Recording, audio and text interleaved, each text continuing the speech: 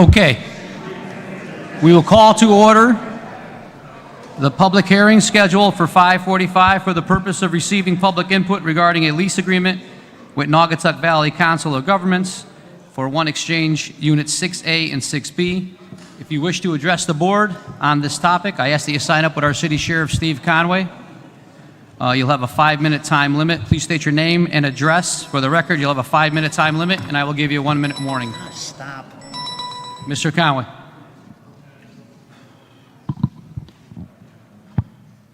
First speaker tonight for 413 Harpers Ferry Road, Paul Kondash.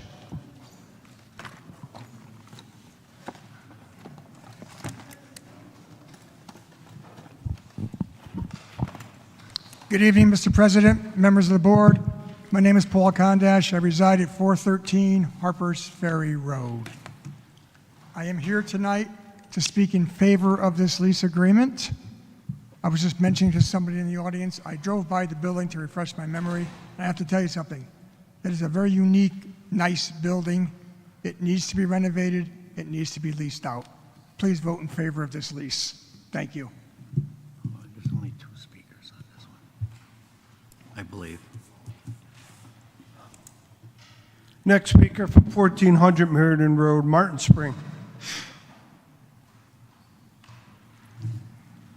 Good evening, members of the Board of Aldermen, Mr. President, Mayor, everybody. I don't really know a lot about this lease, but if it's something that's going to be very positive for the city of Waterbury, and I'd be very much in favor of that, because I didn't get a chance to read much about it. But again, if it's going to be something that's going to help the city of Waterbury and the citizens, and if we're going to have it renovated, it's not going to cost too much money, and it's going to save us money in the long run, because as you know, real estate has gone up and up and up, because I could testify to that, because we just had a raise in our rent. I just got notified our rent went way up where we live, and we're not happy about it, but it is what it is. So I understand the situation with economics and everything. So if we have to do something to make things good in Waterbury, I support that. Thank you. That's the last speaker, Mr. President. Okay, with that, we'll close this public hearing, and we will start the regular meeting of the Board of Aldermen at 6 p.m. You'll have about 7.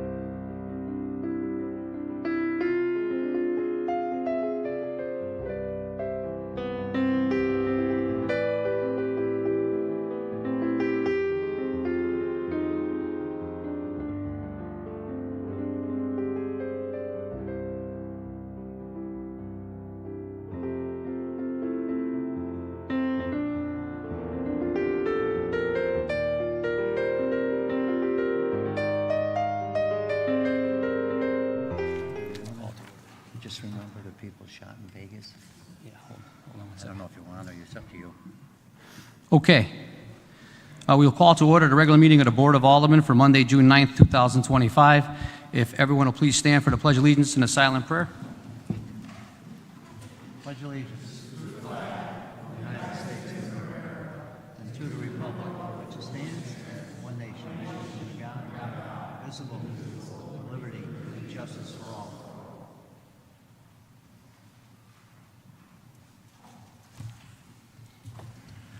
Alderman Elsa. Alderwoman Cavallo. Here. Alderman Dorso. Alderman Hunter. Here. Alderman Lopez. Here. Alderman Mosley. Here. Alderwoman Martinez McCarthy. Here. Alderman Nugent. Present. Alderman Rinaldi. Alderman Rodriguez, sorry. Present. Alderman Salvio. Present. Alderman Taljean. Here. Alderwoman Weaver. Here. Alderwoman Zimmerman. Present. Alderman DiGiovancarlo. Here. 14 present, 1 absent. Okay, we have a quorum, and just for the record, Alderman Rinaldi is out of state. Next item on our agenda would be a presentation for the Roberto Clemente International Dual Language School expansion project. Dr. Schwartz?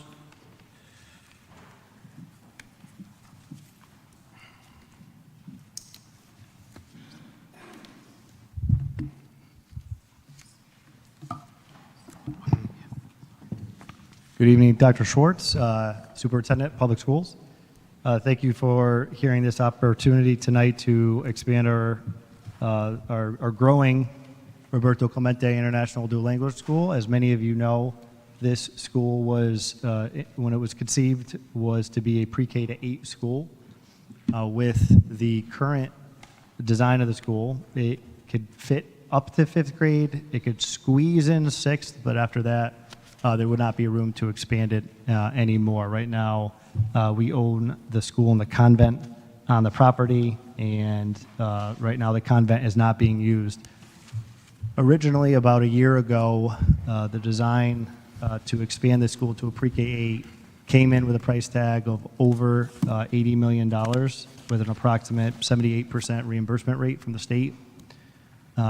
We had good conversations with the city and Mayor Penderuski regarding that expansion, and both agreed at the time when I came in as the interim that the price tag was going to be too much for the city. And so we went back and worked really hard to redesign what was originally given to us, and I have to give a special thanks to Mr. Albini, who's going to come up here in a moment to walk you through the design of the school.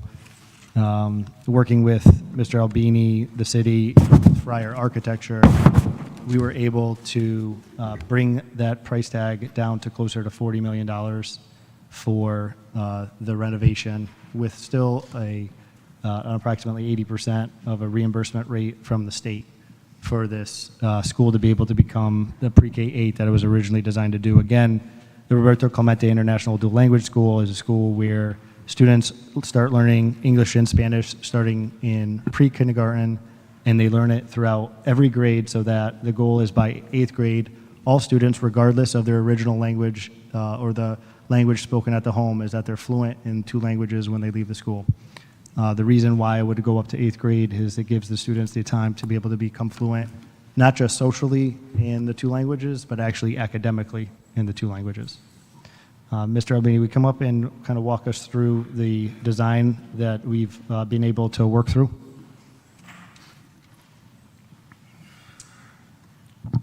Good evening, Mayor Penderuski, President DiGiovancarlo, honorable members of the board, Nick Albini, Chief Operating Officer. I'm here tonight to speak about this project. As Dr. Schwartz had stated, originally, this was an $82 million project, which we knew was not in the right direction we wanted to go. It was what we wanted to accomplish, but not by these figures. There is an unused convent on the property that we already purchased with the school. Friar Architecture, through several iterations, came up with a design that would connect the two buildings together for a pre-K-8 school, 2 classes in each grade. Right now, some of the amenities, some of the specifics of the project. Right now, the gymnasium is used as a gymnasium and a cafeteria. So that doesn't bode well for our PE and health classes, as well for our CAF, because we can only use half at a time. Only a couple of classes could go at a time. So we use 4 or 5 waves of lunches. With the new design, we would have our own cafeteria. They would have their own cafeteria and a full-size gym, exclusive of each other. It would have an art room. It would have a music room. It would have a media center. It would have the classrooms that would house grades 7 and 8 in the convent. It would have 2 elevators and a lift. 1 elevator for the present building, 1 elevator for the convent, which would be for the upper grades, and a lift to access the nurse's office. There's just so many levels here that you just couldn't do with 1 or 2 elevators. You need a little bit of help. But it would be fully ADA compliant. It would have full replacement roof on both buildings. It would have air conditioning, a full central HVAC system in both buildings. It would have a full sprinkler system, which would be a requirement once we put the HVAC in both buildings. So it really comes up with a great design, making one complex. There is some monies included for landscape. There's monies included for paving. There will be full security system cameras, badge access for the doors.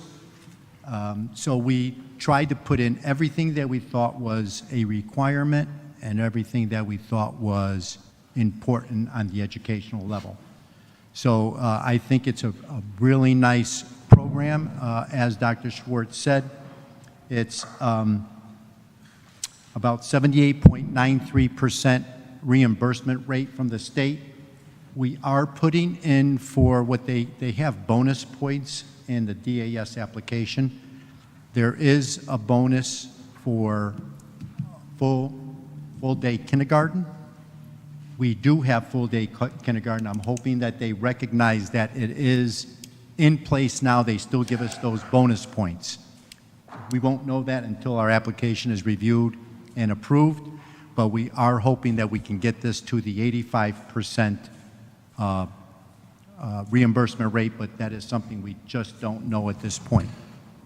I have to commend Friar Architecture, who did a wonderful job in starting us off with what is the basic and how do we get this into a project in a school that matches our other pre-K-8 schools. In the end, there will be 460 students in this building from pre-K to 8. We did want to give you this information this evening. In your packets, you have the floor designs, the blueprints. They're not construction documents. They're for our DAS applications. So they're rather rudimentary, but if you'd like to go through them, I'd be glad to go through them with you. But we'll be back in 2 weeks, and hopefully that we can answer any of your questions. If you don't have them this evening, we certainly want to provide you with as much information as possible. Thank you, Mr. Albini. Just to add that, if you don't have questions tonight, like Mr. Albini said, we'll be back in 2 weeks for a vote. If you want us to prepare for any questions, we'd be happy to take any of the questions ahead of time, or if you have anything tonight, we'd be more than pleased to answer them tonight. Questions, Alderman Alsef. Hello. Did we not put a roof on that building when we bought it? And an HVAC or some? What was all the work that we did when we took over that building? So a lot of that was interior work, Alderman. It was classrooms, it was painting, it was floors, it was ceiling. With our ESSER funds, we did put in 4 boilers So 2 boilers which works out really well here. We oversized the boilers when we did the project. 2 boilers will be in the present building, 2 boilers will be in the new building, so that there is a backup. But the roof is a bit over 20 years old there. So it just makes sense by the time this project would be completed, it'd be pretty close to needing a roof. It's just makes sense to do that now. And also, we are putting in a generator so that if this building ever loses power, that would be another amenity that we're putting in for full electrical. So the significant cost was for the boilers when we bought the building. I know there was some significant cost. Yes, yeah, they were the boilers. And that was it? That was really the only, except for the typical paint and, The rest of the work, Alderman, was done by our own Board of Ed workers. okay, thank you. What we did, so everybody knows the approach we took, we first started with a test fit to make sure that the convent would be able to hold what we want to do. We didn't want to go through a full design and find out it wouldn't work, and we still would have to do significant construction or knock it down and build again. And then the second one was a structural test to make sure that it has integrity. And both passed the test, so that we're able to combine those at a much lesser cost than that $82 million of last year. Alderman James. Thank you for recognizing me. Dr. Schwartz, what were some of the major factors of how, we talked about lessening it from 82 million to the present number? Like, what was on the, I guess you could say, chopping block, or what was the major things that were implemented to reduce it almost 34%? Yeah, thank you for that question. I appreciate that. So, we, Mr. Albini and I were in agreement that there were ways to do this differently, and the big difference was utilizing the convent. So, utilizing the convent that's on the property. The original design did not have the convent being utilized. So, what this was is it was just going to be purely additions onto the school. When we went back, we toured, Mr. Albini and I toured and looked through that property, and came to the conclusion that the convent, even if we put the original design together, you'd have a convent sitting there that wasn't being utilized, collecting dust. And so, thankfully, we've done all the tests on that convent, and it's come back. It's in remarkable shape. Obviously, it's in need of some love, obviously, because it hasn't been used in a while. But structurally, it's in fantastic shape. And so, the big cost savings was utilizing the building that's already on the property. And then when this job, when this is completed, it's going to be 460 or so students? I would say 460 to 480, depending on, again, we don't lose many students from the school. Once you get into the school, most students stay. And so 460 to 480 would be the ideal number of students here. Do you think there would be a need to research to possibly doing 3 classrooms per grade? Because I know some of the other local schools, some of them have 5, 6 classes per grade. Yeah, so most of our pre-K-8s are 2 classes. The one that veered from that was Wendell Cross, that we did go up to 3. Right now, the building, to put on 3 classes per grade would require a significant addition onto the school. Right now, 2 classes per grade, and having all of the areas for PE, health, library, media, art, music, it would require a significant structure to be built in addition to this. So right now we're sticking to 2 classes per grade. In addition to that, the reason why it's not 3, because that was actually discussed when we were discussing the mold or the design of the classrooms. And a few years ago when we started the school, it would either have to be 2 classes per grade or 4. And the reason for that is because the English and Spanish half day, that's the model for the school. So you get half your day in English, half your day in Spanish. And so to have 3 classes, it kind of messes that flow up in terms of the English, language, arts, mathematics, and the split of the students. And so when we were originally discussing the school, it would either have to be 4 with 2 teams of 2 doing English and Spanish together, or teams of two working together, and the original design called for teams of two because of the space. 'Cause I believe right now we're full from kindergarten to Fourth. fourth? Yeah. We're up to four. We're up to Yeah. fourth right now. End of the school Yeah. year. And parents have started to ask, where are we, they want to know after fifth grade, where are my students going to go? They've been told since the beginning of signing up for this school that it would be a K to 8. And so I would say that if the Board of Aldermen choose to vote for this, it would put us right in the time frame of eking out the ability to get we'll fit the sixth grade into the current building. It might require a year of some art on the cart and a few things like that. Nothing that I don't think parents would be willing to do for a full gamut of to eighth grade. But this would be the year we would have to make that decision to put it up to eighth, because after that, we couldn't fit a seventh grade in the school. And finally, after potential completion, would we transfer any students into the incoming grades, or just stay the course with the current grades as they move up? Yeah, I would think we would stay the course. It would actually line up where we would hope that by the time the seventh grade is coming in, it would leave maybe 2 classrooms unattended for 1 year.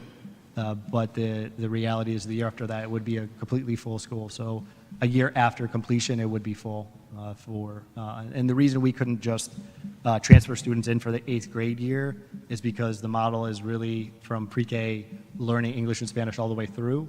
So unless we handpick students that were already fluent in 2 languages, it would kind of go against the model of what we're trying to accomplish there. Thank you. Any further questions? Alderman Rodriguez. Thank you. Thank you, Mr. President. The studies that they did to these buildings, this price tag includes the asbestos, any lead if they found some, stuff like that, that it's in, sometimes are in these buildings that are so old, especially the rectory. Yeah, there's a built-in cost for any remediation that would occur during the cost of during construction. There's built-in costs for that. For that. So hopefully there's no surprises after we approve these. My other question is, I had it right here, hold on. The square footage of this project, the grants. Are we getting any grants or applying to any grants? I didn't hear it before, but are we applying for any grants for the school? Yeah, so as Mr. Albini stated, we would have a reimbursement rate. It's more of a reimbursement rate through the state. It would be a 78.93% reimbursement rate from the state. There's an opportunity possibly for us to get some what they call bonus points because we have full-day kindergarten. We have the possibility of earning an extra 5% to that 78.93. We're still looking into the fact also because we have preschool at that site. It's kind of a question still up in the air that we'll let them come back and tell us. There could be an additional possible 5% too because there's a preschool at the school, but that could be based on the funding source for that preschool. That could be in question, but right now the minimum would be the 78.93, but we think with the extra percentage points it could be up for that. So I'm saying 80% to be safe. So for that 40 million, you're looking at about an approximate $8 million local cost. Well, okay, no problem. Thank you so much. This is for now. Thank you, Mr. President. Further questions? Seeing none. Thank you. Oh, I'm sorry. Alderwoman Zimmerman. Thank you for recognizing me. Hi. This sounds like a great project, super supportive of education and having people bilingual. I think that's amazing, but I do have some questions.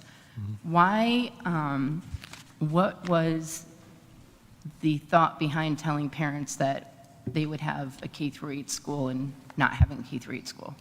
Yeah, I can't speak to why that was told to parents early on. That was the original design from, former people that were in charge. But I think for the most part, educational-wise, it's because most dual language schools offer up till 8th grade we went and visited a few schools or learned about them, specifically some in Massachusetts areas that have dual language schools. And the thought process was that if you stop it in 5th grade, they're not going to be truly bilingual, because what they'll lose is all the academic language and knowledge to be successful in speaking Spanish academically.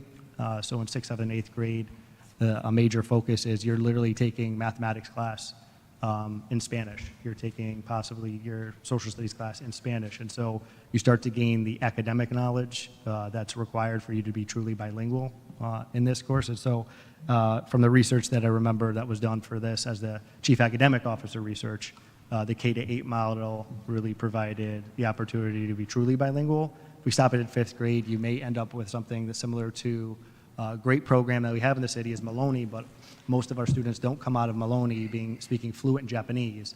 They understand it, they could kind of speak some of it, but they're not fluent, and it doesn't usually last with them because they don't really get the academic language they're supposed to get. Does anyone on the board know when we approved the original budget for this or cost of this? Was that through K through 8? I don't remember. The remember? original project, Mayor? So the original acquisition, as you know, it was a Catholic school, so it was originally a K through 8 school. It was acquired by the city. The idea was to turn it into a dual language school. The idea was always, as part of that ultimately you would have to build it out to get it through a K through 8. It was just a matter of when would that, the timing of all of that. And so at the time, the school was operating, I think at that time it was up to like 4th grade. It was just after I had become mayor that they came in with the new design. Now, the design for the school was effectively a brand new school building that was going there. It was going to be almost like monumental. And the price tag came in at $80 or $82 million. And they were saying at the time, because of the size of the classrooms and some other things that were there, the reimbursement rate would be slightly more than 50%. And we just said there's no way that that's happening here in Waterbury. So as Darren said, that it's shortly after that, he ended up as the interim superintendent. So we went back, looked at a couple of different issues. There was a thought at one point of not temporary, but additional classrooms added to the building, things along that line. And finally, the concept of here's the convent, it's not being used, let's test it, it's structurally sound, we can go forward. So the plan had always been to get to that point of the building. It's just that we stopped it a year and a half ago because the plan was just so outrageous, frankly, to do it, and went back to the drawing board. So that's kind of, but it was always thought to be a K through 8 for the reasons that Darren has said, because if you don't do it as a K through 8, you're going to lose all of the, you lose all of the preliminary work, and it's the last few years that really make a difference. And the Japanese at Maloney, which, by the way, is really a well-subscribed program. Every kid there is learning Japanese through 5th grade, and it's a great disappointment to me that that ends. And we're going to work to find a way to continue that on through 8th grade as well, because I think we're losing an awful lot to spend that much effort teaching kids that way and not continue on with them. Okay, thank you. How far away is the convent from the school building? Close enough to connect it. So it's going to connect? Yeah. Okay. Yeah, no, it's, I don't have the exact feet. If we could get that for you, though, but it's close enough that if we, if you're familiar with the school where the gymnasium is now, that gymnasium is going to be turned into other things. There's going to be a gymnasium, cafeteria, and such, and a few other things, classrooms in that. It's in the drawings. But then there's going to be an actual gymnasium built off of that, which basically runs up right next to the convent. So it's close enough that if you build the gymnasium, you can connect the two together with a hallway. The nice thing about that is Mr. Albini said, that nice new gymnasium for the students so that they don't have to interrupt their PE class with the lunches, but there's also a brand new stage that goes on that as well. And if you know the school, if you know the concept behind the school, they put on an awful lot of performances here as well. Great. So the students that come in to the international school speak zero Spanish and then gradually grow through the school and learn to speak Spanish So from when they start, English? so when they start in preschool, it's a good question. So preschool, the class maximum in preschool is 18. Let me start there. So you have 18 students that come in speaking English as your first language. You have 18 students coming in that speak Spanish as your first language. And then when they get into kindergarten, the contractual max, according to the WTA contract, is 20. We end up adding 2 more students on, typically ones that obviously speak Spanish as their first language, English as their first language, but could possibly have some Spanish background as well, so that they could fit in with the students. We have plenty of students to choose from that model would fit them. And then in first grade, it gets up to 24 is the class max. And then you have to be kind of selective of who you can bring in, because now students have already had 2 years of English and Spanish. But we have a lot of students that are learning at home English and Spanish at the same time, so it's not too hard to fill those spots up for students. After that, you start kind of losing the gist of the model. Good news is, like I said, we don't really lose too many students, and so you start off with 2 different classes that primarily speak English and Spanish, and our pre-K teachers are bilingual. They speak English and Spanish, and so with your English class, they use English as a primary language because you're a 4-year-old and that's what you know, but they start introducing the Spanish early on, basically the first day to students. In your Spanish class, you speak primarily Spanish for most of the day, but then you start introducing the English over time. It gets more and more gradually up until where it's like 50-50 of the day. And so, and it's mainly because of their age and the appropriateness of it. So pre-K and K, it starts to get more and more of the language they're not, it's not necessarily their first language. And by the time you get to upper elementary, it's a true split. Okay, thank you. And what's the process for a parent or a family to enroll their student? What are the requirements for them to be chosen? To live in Waterbury and apply. Okay, so if we have an absorbent amount of people that would like to go, how do we pick who goes? So it goes through a lottery system. The lottery system is picked, and then after the lottery system, students come in for an interview process. The students get interviewed mainly if they're on the lottery and they're already in. They get interviewed to make sure that the model is going to be able to, they score high enough on a pre-K assessment, because learning, this model requires learning 2 languages at once. And if there are certain situations where this wouldn't be the best model for students or who possibly aren't at a readiness level for preschool. And so it starts with a lottery, and then it goes to a readiness assessment. Okay, and just to be clear, so the reimbursement rate is 78.95 of 37 million. The 37 million is our full project number, right? Yeah, and that's going to fluctuate based on if we get percentage points. I also think, Nick, isn't it appropriate that the 78.9% is the full reimbursable rate? Is it possible that could be lowered based on the number of students that we have, or is that the number they're promising us?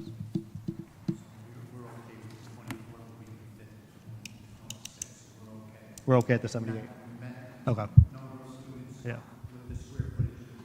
As the mayor mentioned earlier, the reason the 50% rate was, and I know this is wonky and educational, but this is what I love. So if you, the reason the first building was only going to be a 50% rate is because the square footage of the first building, the $82 million building, was so big compared to how many students were in it, that they start shrinking your reimbursement rate down based on that. And because this is a tight fit, we're getting basically full reimbursement for the project of 78.92%. Okay.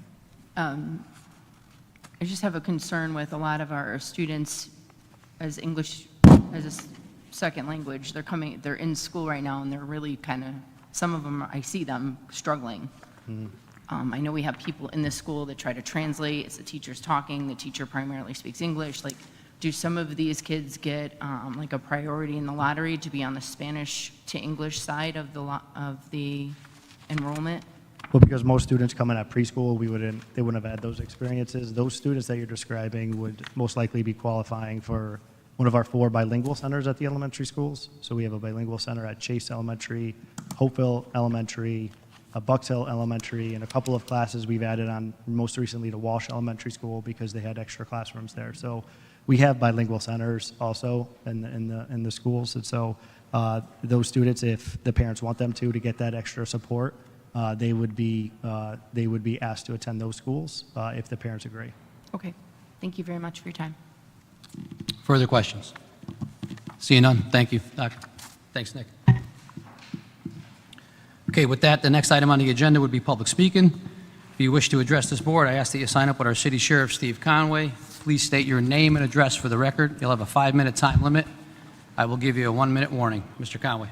Yep, first speaker tonight from 105 Norris Street, Dominic DeVino Jr.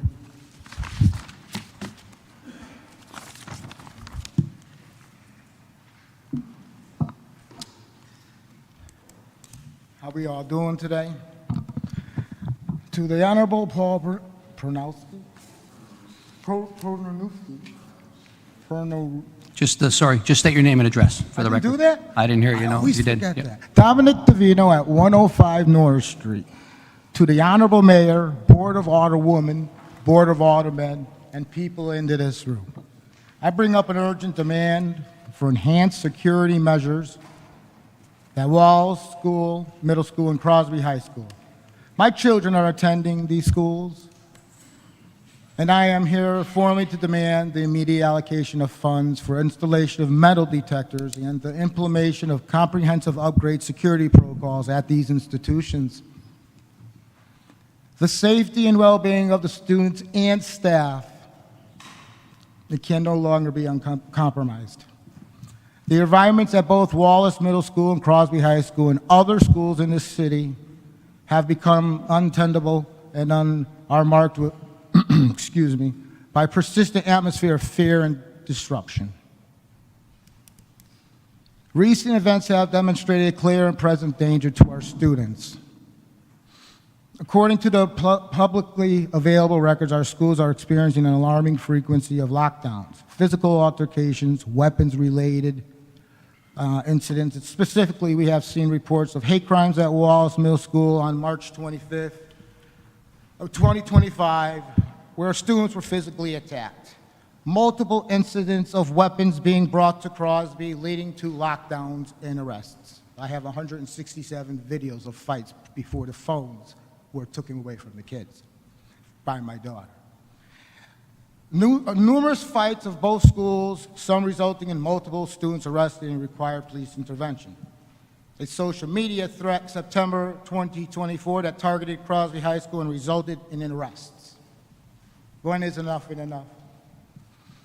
These incidents are not isolated and contribute to a climate of anxiety, fear that is detrimental to the education process. The continuous disruptions of the and the sense of danger are causing significant emotional distress to the students, staff, and et cetera, leading to an environment where learning is secondary to survival. The lack of visible, robust security measures most notably the absence of metal detectors sends a message that the safety of our children is not the district's uttermost priority, which is a shame, any party. The safety of Waterbury students simply cannot wait. In an increasingly uncertain world, we must equip our schools with the tools they need to protect the children effectively. Metal detectors are a proven deterrent. We need a deterrent more than what we have, and critical component to a comprehensive safety plan. This isn't just an idea, it's a necessity. It's about creating a tangible layer of defense that leads our students to know that they are valued, protected, and cared for. Let's please come together as parents, community members, and concerned citizens to demand this vital safety measure for our Waterbury schools. Our kids deserve nothing less than the safest possible place to learn and thrive. What steps can we take together to make this a reality for the students? I've spoken to a gentleman named Peter Lamage, who's an advocate in the state on this matter for certain schools.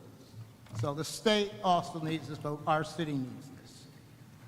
I trust the leader of the RTC also supports the initiative. I'm asking for support, conversation, transparency, and not just a flat-out no. I have submitted proposals 1 minute. to you that will be here in 2 weeks to talk about whatever you want to do with it. Maybe you're going to refer to the Board of Ed. I've also went to the Board of Ed today and set proposals there. I even made a revised budget if you wanted to change the budget before the July 31st to do this. I also gave a cost analysis for this. I believe I submitted it all. It's time to do something rather than do nothing. if no one who I chose to be the one today to speak upon this matter. Thank you all for your time and patience and listen to my conversation that I just had with you all. May God bless all of you and all of your families. Thank you very much. Thank you. Next speaker from 128 Cedar Avenue, M. Roy. Good evening. My name is Roy, and I'm part owner of 128 Cedar Avenue property, which is also known as the Waterbury Gardens Residential Care Home. So RCHs are the homes for the folks who qualifies for CT Medicaid program, living in a subsidized and partially funded by Connecticut Department of Social Services. A lot of our folks who lives in our RCH communities will not have a proper place and a dignified living without state's RCH initiative. This is primarily a long-term program for elderly. So we purchased this property in September 2024, and we worked with Department of Public Health, Department of Long-Term Ombudsman Office, Department of Social Services, to name a few, on all required permits, approvals, including a very comprehensive and long process called Certificate of Need. This process needs extensive data to certify a need for housing for folks in an RCH setting, which is funded by the state, CT state. The process is long and expensive. After we received the approved con, the real work began. We hired a contracting company called CA Construction, which is local to Waterbury, to make all required improvements to the building, which includes but not limited to constructing brand new shower rooms, walls, painting, cleaning, purchasing new kitchen appliances, etc. We fixed numerous items in the building, including the roofs, the rooms. We purchased new furniture. We installed security system, phone systems, and everything in between. Bottom line is this building, the skeleton was there, but it needed extensive work to make it functional for folks to live, and more importantly, getting every required permits, approval, certificates of occupancy, etc. We received the construction permits from City of Waterbury, multiple inspections from the department, kitchen permits, bathroom permits, etc., including the city's fire marshal's approval for the building to open it. So we had multiple inspections from the state authorities in addition to the city folks in the past 9 months. Some of the points I want to make: we invested more than $3 million on this building, taking out a bank loan. We are providing employment for many folks in the city of Waterbury. We pay taxes, property taxes, personal property taxes, and employment taxes. We are reducing homelessness in the city and providing a safe environment for elderly folks to live. Prior to us, this building's back parking lot was a center for many unneeded activities, especially in the nighttime, making the whole block pretty unsafe. The revenues from this business, which will be used to provide employment and growth for numerous other small and large businesses who are our vendors, service providers, and community partners. And lastly, we have operated another building, large building in the city of Waterbury called Elton RCH. It's on the green, for past 3.5 years without any complaints, issues, or problems. We have been a very strong community partner for the city of Waterbury. We have routinely hosted the Waterbury Police Department and the fire on Christmas for brunch. The reason I'm saying all these points today are clear out any misconceptions and incorrect information floating around regarding permits, approval, and what is a residential care home purposes. And also let the city leaders know what we are doing for the city and what we are planning and what we're trying to do moving forward. If you have any questions, I think please feel free to reach me anytime. Thank you for your time.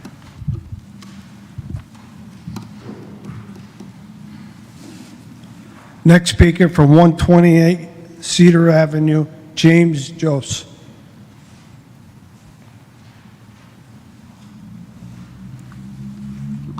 Good evening, respected members of the Alderman office, the mayor, and respected members of Waterbury community. My name is Jane. I am here as a spokesperson for 128 Cedar Avenue, Waterbury Garden Residential Care Home.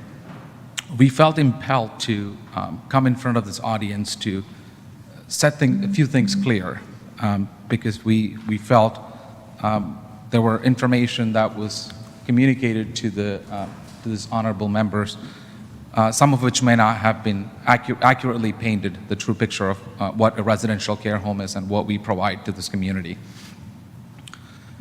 Residential care home is a facility and entity that is licensed by the State Department of Public Health. We have, as Roy, the owner, has indicated, we have had numerous inspections from the city, from the state, from the building fire safety, fire marshal's office. We have the certificate of occupancy. We got all those permits. And we may have missed a process, we have a zoning a process that we're actually right now in conversation with the zoning department in Waterbury. We got a letter for cease and desist, and we wanted to, we're working with the city to understand where we may have made a mistake, or we wanted to set things clear. So we want to work with the city. There were information that was relayed that we bypassed the city through the entire process, which is not true.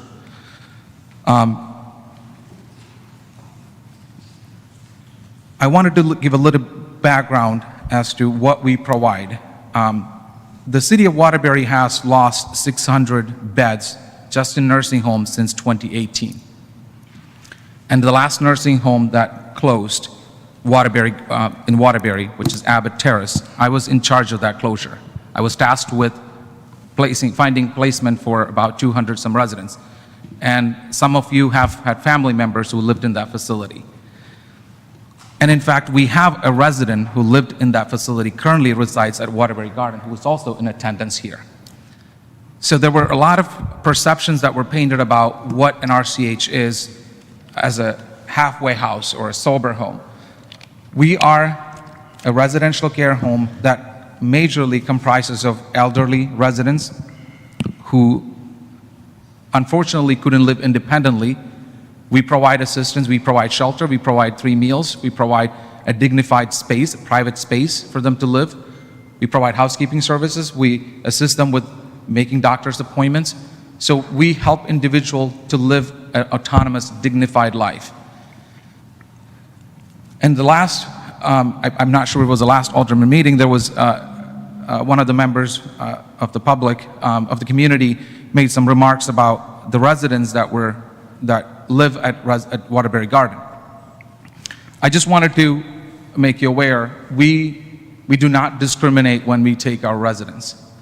We work with several community access agencies in Waterbury, including the agency that Western Connecticut Mental Health and Department of Mental Health Addiction Services, to make sure that we provide safe and comfortable housing for these residents. Majority of our residents are residents who are originated from Waterbury. We have taken a lot of people at both our Elton facility and a Waterbury Garden who otherwise would be on the streets. With the cease and desist, if that was to go through, we would have no place for these residents to live, as there are less number of nursing home beds in the state, and the state is trying to implement the social model of residential care homes, and we are trying to be part of that solution. We're trying to be part of that movement to provide safe housing for residents. The residents who live, there were comments that were made, the traffic is really bad because it's a residential care home on that street, which is the opposite.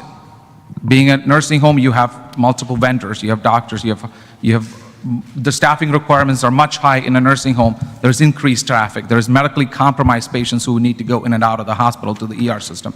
So the traffic is much less on that neighborhood. We have had an incident with a resident going out to the neighbors asking for a cigarette.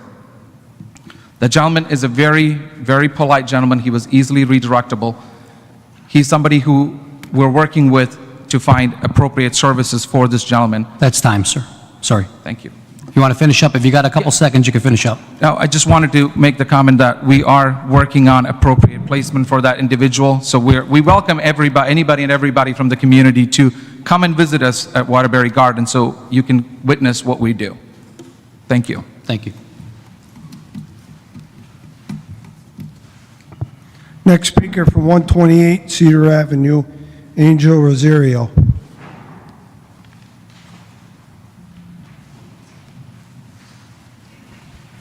Hello, I'm Angel Rosario. I've been a resident in Waterbury for most of my life. I love this town, and I've been with the Elton Residential Care Home for 17 years now, and I've been a pleasure of being part of 128 Cedar Ave, Waterbury Gardens now.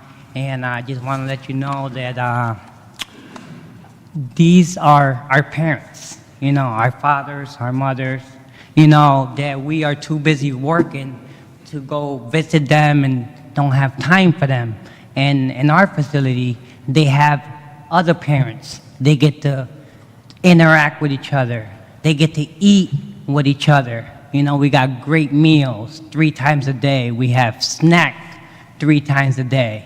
You know, we have recreation for them to, you know, get to do stuff with other parents that are home alone with nothing to do.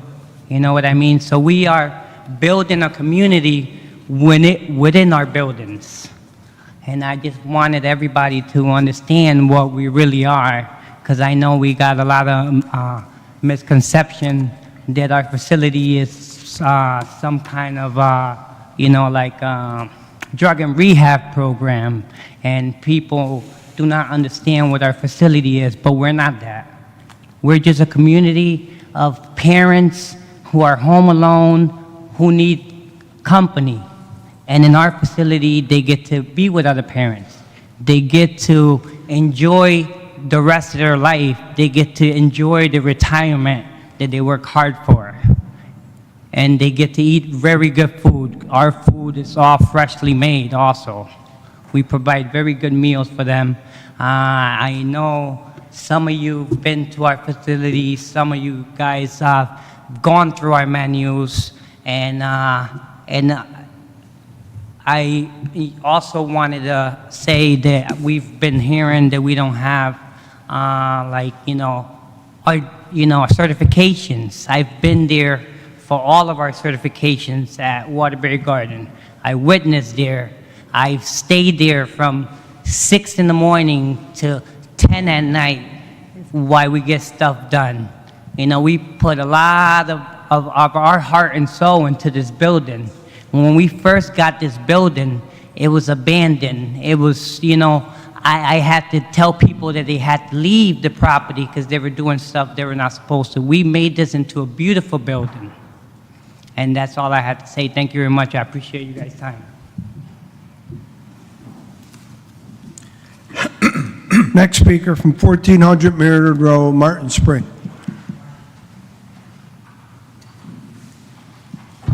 Good evening, Martin Spring, 1400 Meriden Road. On your agenda, number 14, Robert T. Davis, Deputy Chief, Department of Public Services, requesting approval of Municipal Police Department Speed and Aggressive Driving Enforcement Grant 2025. The total grant amounts to around $69,493.64, covering the period from 7/1/25 to 9/5/25. That's only 2 months. And I just have to say, as a Waterbury taxpayer, that's an awful lot of money just for 2 months. And nobody ever explained to me what this is about. I don't know if this is just for the police need this grant so they could go ahead and watch people speeding on the roads, or maybe it might be something for the new red lights they're going to be putting in the cameras. But why would it only be for 2 months? I don't understand that, and I was hoping that maybe the deputy chief or the mayor could explain it. And I'm not being disrespectful to people, but I was talking to Mrs. back home, and even she said, Martin, that's an awful lot of money just for 2 months.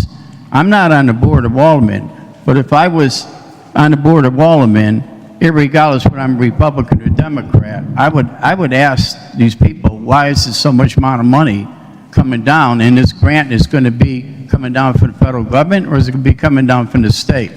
So that's something I'd be concerned, because I know in some of the towns, municipalities, they do have the speeding cameras and everything, and I think in Washington, Connecticut, they actually exceeded $22,000 that they got from repeated offenders. So I was hoping maybe in the future we could start putting these cameras up, because we have to do something about these speeders.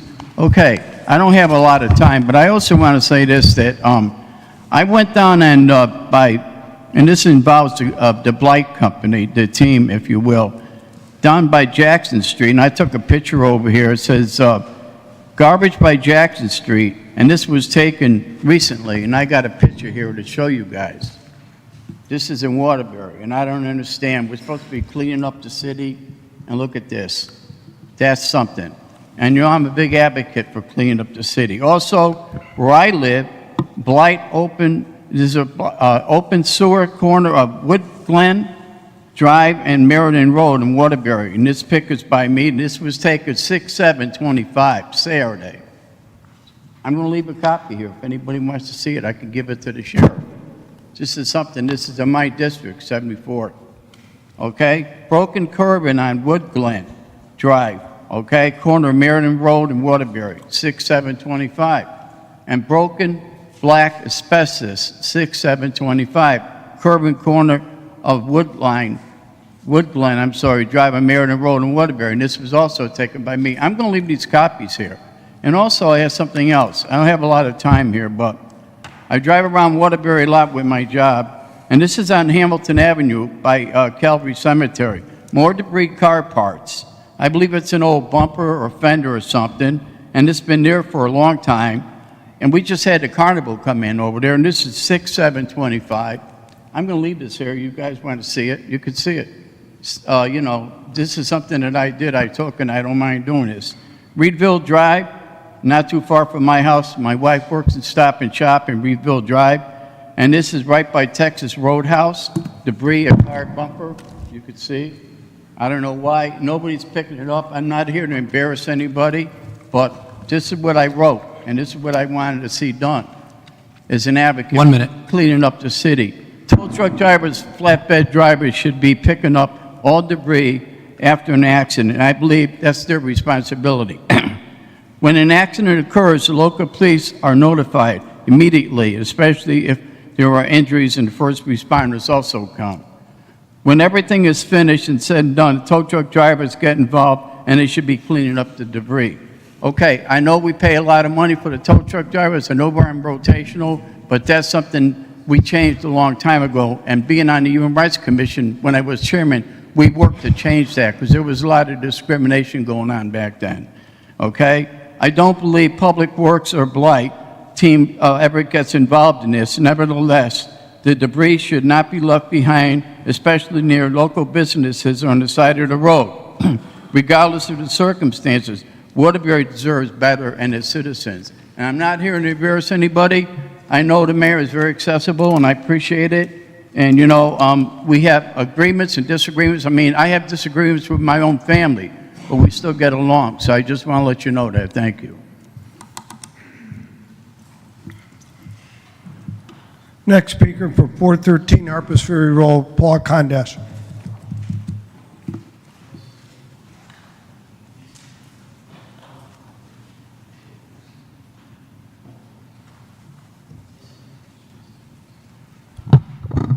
Good evening, Mr. President, members of the board. My name is Paul Condash. I reside at 413 Harpers Ferry Road. I have two subjects I want to talk about tonight. The first one is the $40 million for the Roberto Clemente School. I was not in favor of the $80 million project, not because I don't want to improve the education for our students. I'm against the dual campus. And at $40 million, I am still against the dual campus. I believe we should enter into negotiations with the Archdiocese of Hartford immediately and take over the church and the rectory. And I believe it should be a fair price based on the amount of real estate dealings we have had with the Archdiocese. I don't think the money is a problem. I would just like to see us take the entire property. And that was a thought process originally expressed by the mayor and some other people at the $80 million fee.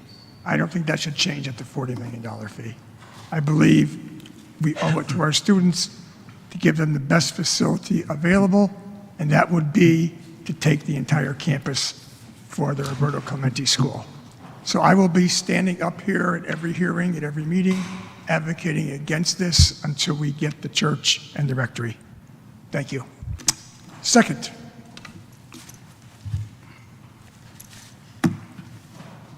gun violence. The mall shooting did nothing other than bring gun violence out into the open.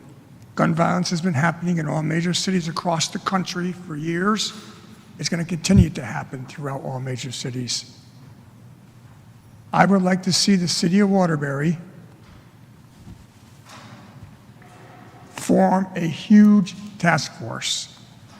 Now, I know we've had several meetings.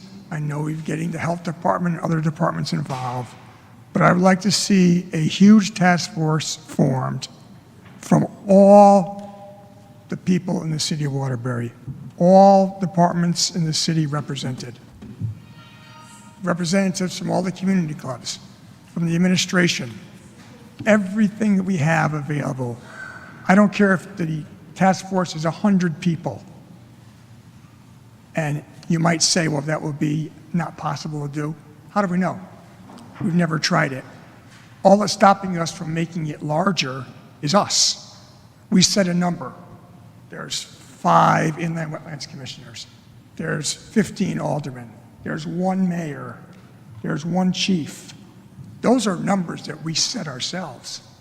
Okay, we have never tried a very, very large task force. And I believe that that will give us the opportunity to hear from all the different people in the city.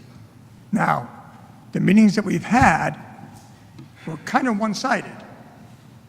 I believe that gun violence needs to be addressed the same way we're addressing Roberto Clemente when we're young. Okay, the NRA has a program about guns.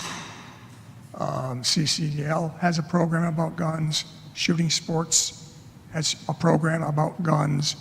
We need to get Mothers Against Drunk Drivers involved. Every single organization in the city, every board and commission should have a representative. And like I said, I don't care if the number's 100. Okay? We are good enough in this city to handle it. Okay, there is no challenge that we cannot handle in this city. It's been proven time and time 1 minute. again. And I would ask you to please, let's get this ball rolling, get a task force formed, and address this situation. It's not going to go away. Thank you. Next speaker from 45 Pierce Street, Sharon Samaska.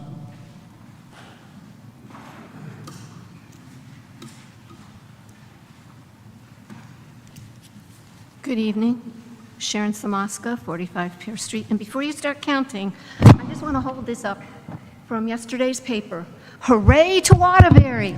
Guess what? Mr. Coggins, whom I don't know, and I apologize, I don't know how to pronounce his first name, but he speaks in this article, and I'm only going to read one small piece here out of it.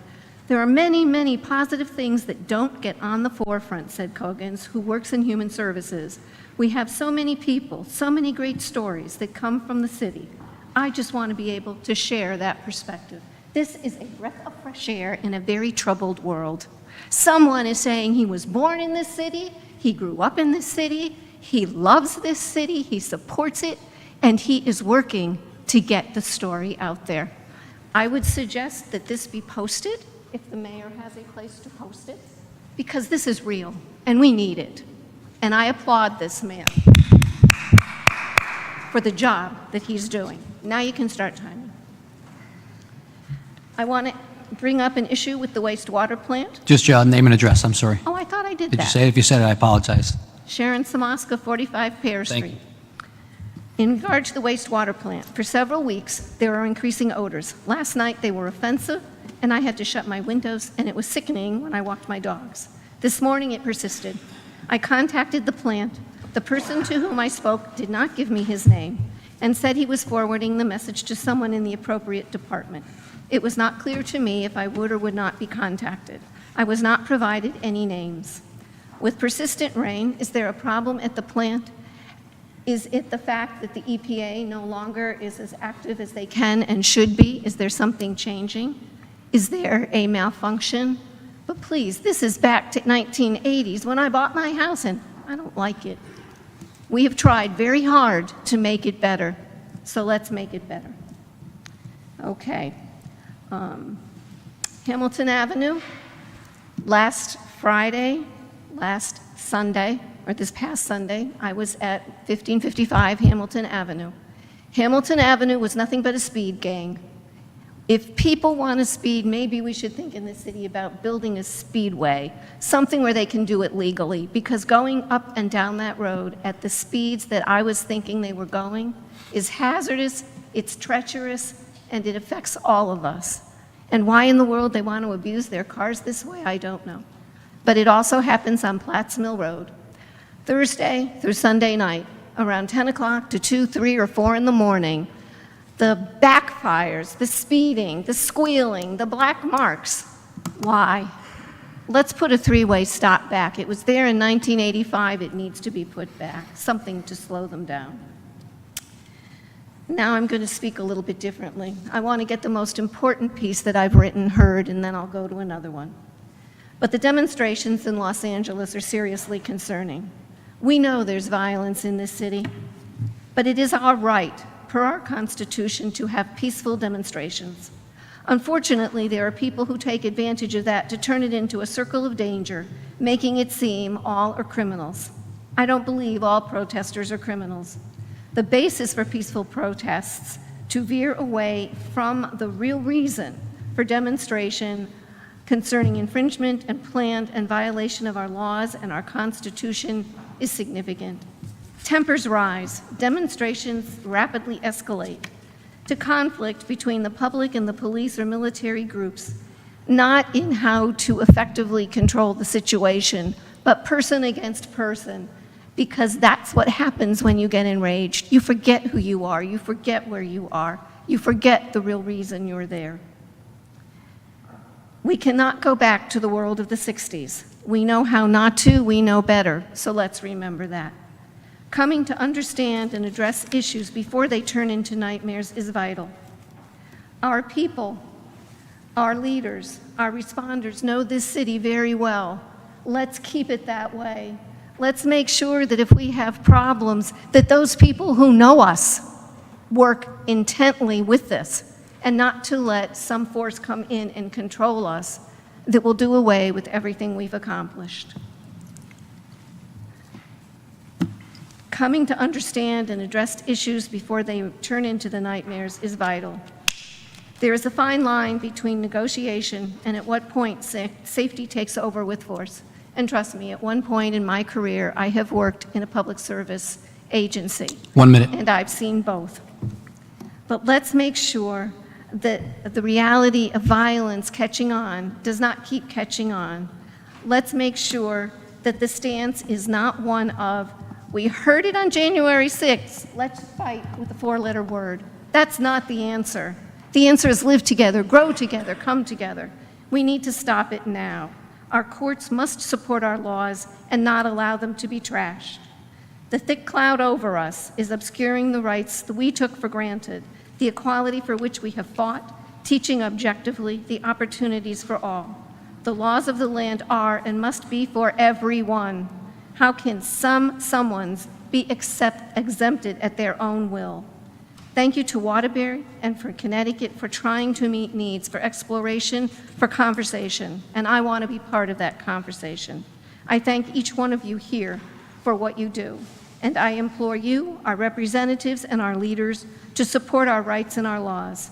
My saying, and I've never seen it in the book of sayings, so it's mine, might makes right except when it is wrong. Let's make sure our might is right, that it is action to protect and guarantee rights for everyone in this room, for everyone in our city, and for everyone with whom we work. Thank you. Next speaker from 249 Thomason Avenue, Maya Painter, Agent of Disability Services. Good evening. I'm Mairead Painter from 249 Thomaston Avenue, Aging and Disability Services. Thank you to the mayor and to the Alderman Board for allowing me to speak to you this evening. For those of you who don't understand what my office is or haven't heard of it before, as the long-term care ombudsman within the state, I represent the voice of individuals receiving long-term services and supports in nursing homes, residential care homes, assisted living, and the greater community on waivers. It's my responsibility as the state ombudsman for long-term care to bring the voice of these people to federal, state, and local officials when making determinations about their needs and their services. I've heard the concerns related to Waterbury Gardens, and I'm someone that believes in process, and I understand there are some things that didn't happen in the way they're supposed to happen, and there's rules in every city and town about process, and I believe that those things should be done. My first ask is that during this period of time, while that's happening, that the individuals living there be held harmless. These individuals have gone through a lot.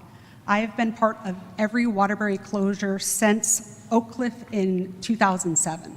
It has become harder and harder for individuals in your community to stay within the city limits.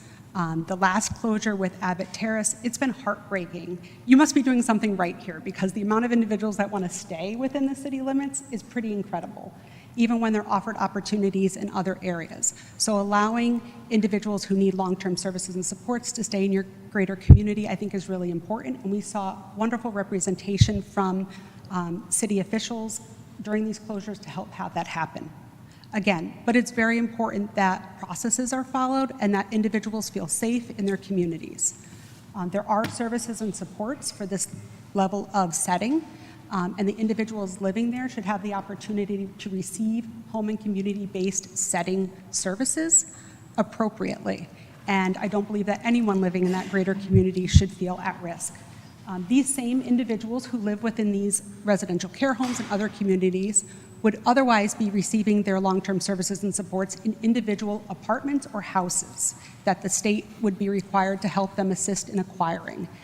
But living in those settings, they have less support, less oversight, and less ability to have that day-to-day interaction with individuals, which is what these settings do.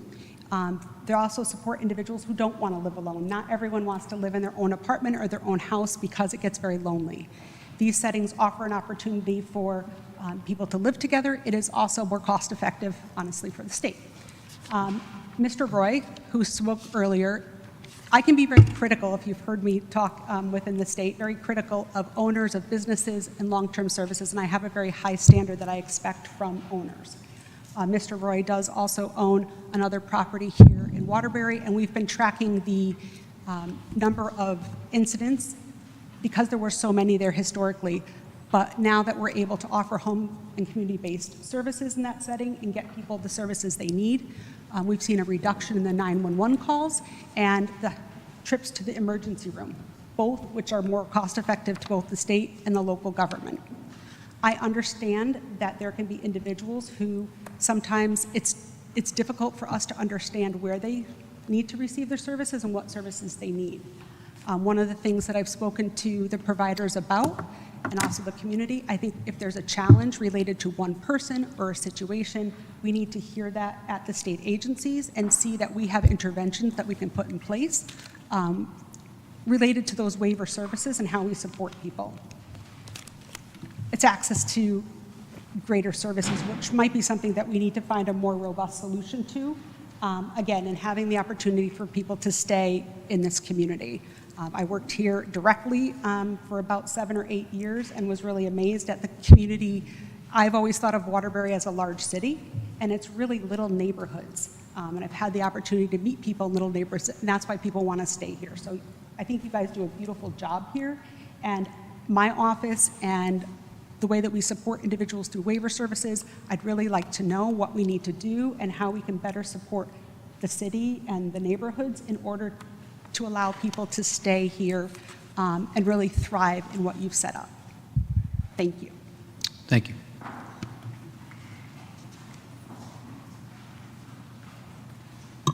Next speaker from 38 Gates Avenue, Renee Mason Craig.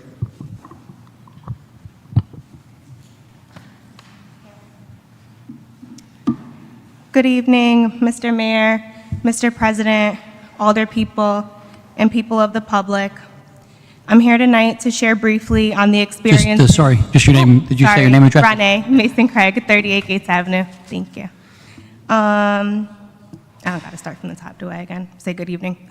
Good evening, Mr. Mayor, Mr. President, Alder people, people of the public.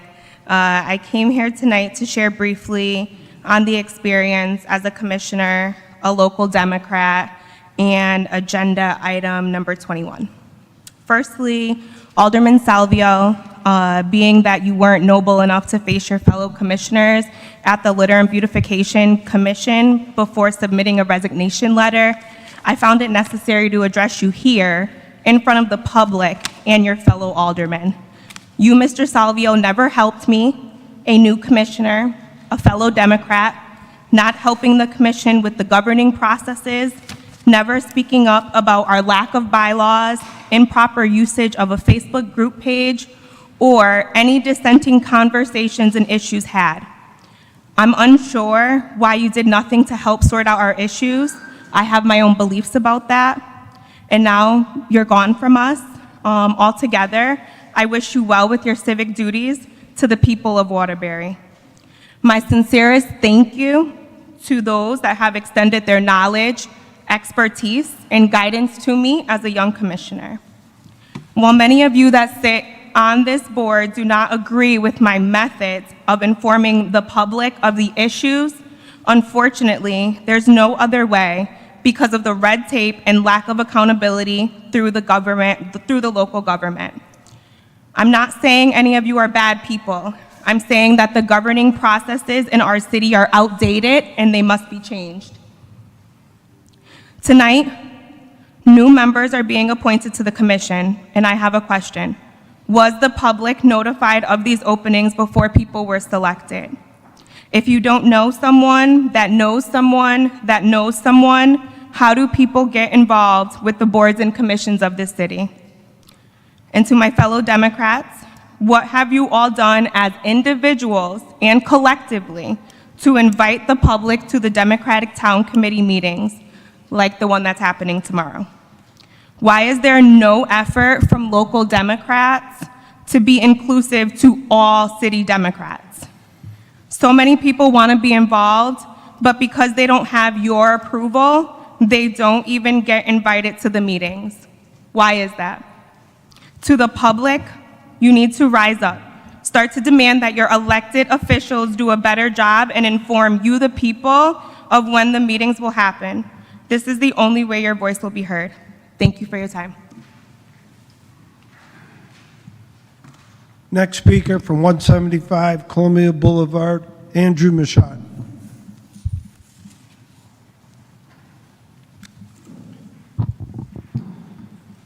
Good evening. My name is Andre Michaud, 175 Columbia Boulevard. I'd like to thank the mayor, board president for allowing us to speak tonight.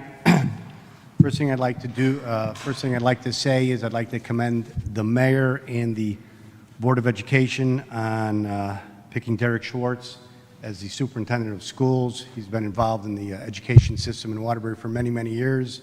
He knows the system, he knows the politics, he knows the people, and I'm sure he'll do a good job.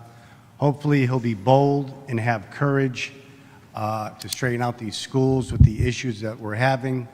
I know I went to Crosby High School. I graduated in 1979, and if you didn't behave at Crosby High School, you were sent to the alternative school, Croft High School. And I believe that's exactly what we need today because there's just too much trouble in the schools. I'm here to honor my friend who passed away this past year, Frank Davino. He gave me a lot of the information that is being passed out to you at this moment concerning the Palace Theater. Palace Theater was opened in 2004 by the Oversight Board. They gave the city the money to restore the theater, $28 million, and the Oversight Board forced the city of Waterbury to have the Palace Theater Group, led by Frank Tavera, to manage the theater. They started off with a 20-year operating agreement. The information that some of the pages I just handed out to you people is from that operating agreement, and it states in it that there should be 300 performances over a 3-year period, any 3-year period that's ongoing. That's 100 performances a year. The first page you see, I listed every event that is on the main stage of the Palace Theater, every performance. For this year, there's 34. This agreement says that there should be 100. So there's 66 less shows than there should be at the Palace Theater. Mr. Tavera will try to tell you that when he does events in the Poli Room and he gets 25 people, or he might do a tour of the theater, he gets 5 or 10 people, he's going to try to make you believe that's a performance. Unfortunately, the Palace Theater Group is underperforming at the Palace Theater, and that needs to change. These benchmarks aren't being reached, and they are in default. It says that on page 10. The other page is the number of events that the city is supposed to have with WAMs, or the Palace Theater Group is supposed to have with WAMs. It shows there should be at least 20 community users each year. There should be 35 commercial promoters each year. WAMs usage of the school 30 times each year. Other than WAMs, nothing is being met in this agreement. They've been running the theater now for 20 years. They are now up for a 10-year renewal, and after that, another 10-year renewal. I looked at their schedule for the summer, and I don't know if anybody has looked. You could look whenever you have a chance, but there are 0 shows for the summer of 2025 at the Palace Theater. 0 shows. Every other theater in the state of Connecticut has shows, but us. Why? Well, some people on Facebook told me it's because it's a theater. They take summers off. I don't know about those other theaters, but there's an agreement here that says they're supposed to have 100 performances a year, and they're not doing it. It states in the Oversight Board agreement that the Palace Theater is for the benefit of city residents. I do not understand how that theater is benefiting the city with so few shows, and so few shows for Waterbury people. It's very unfortunate.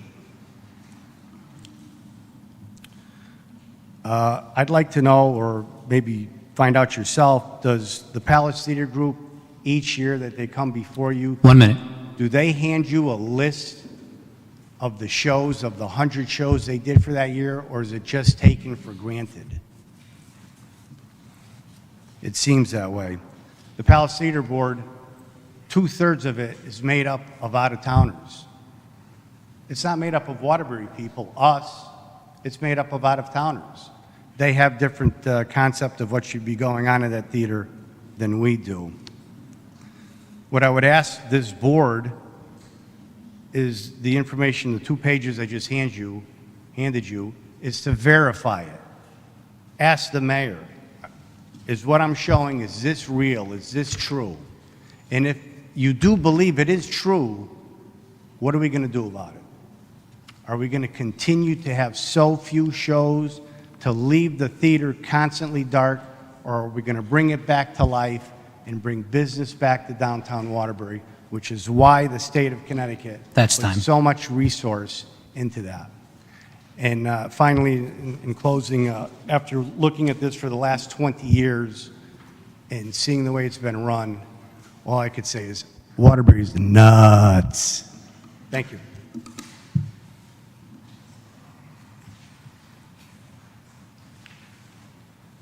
Next speaker from 178 Cook Street, Emma Taylor.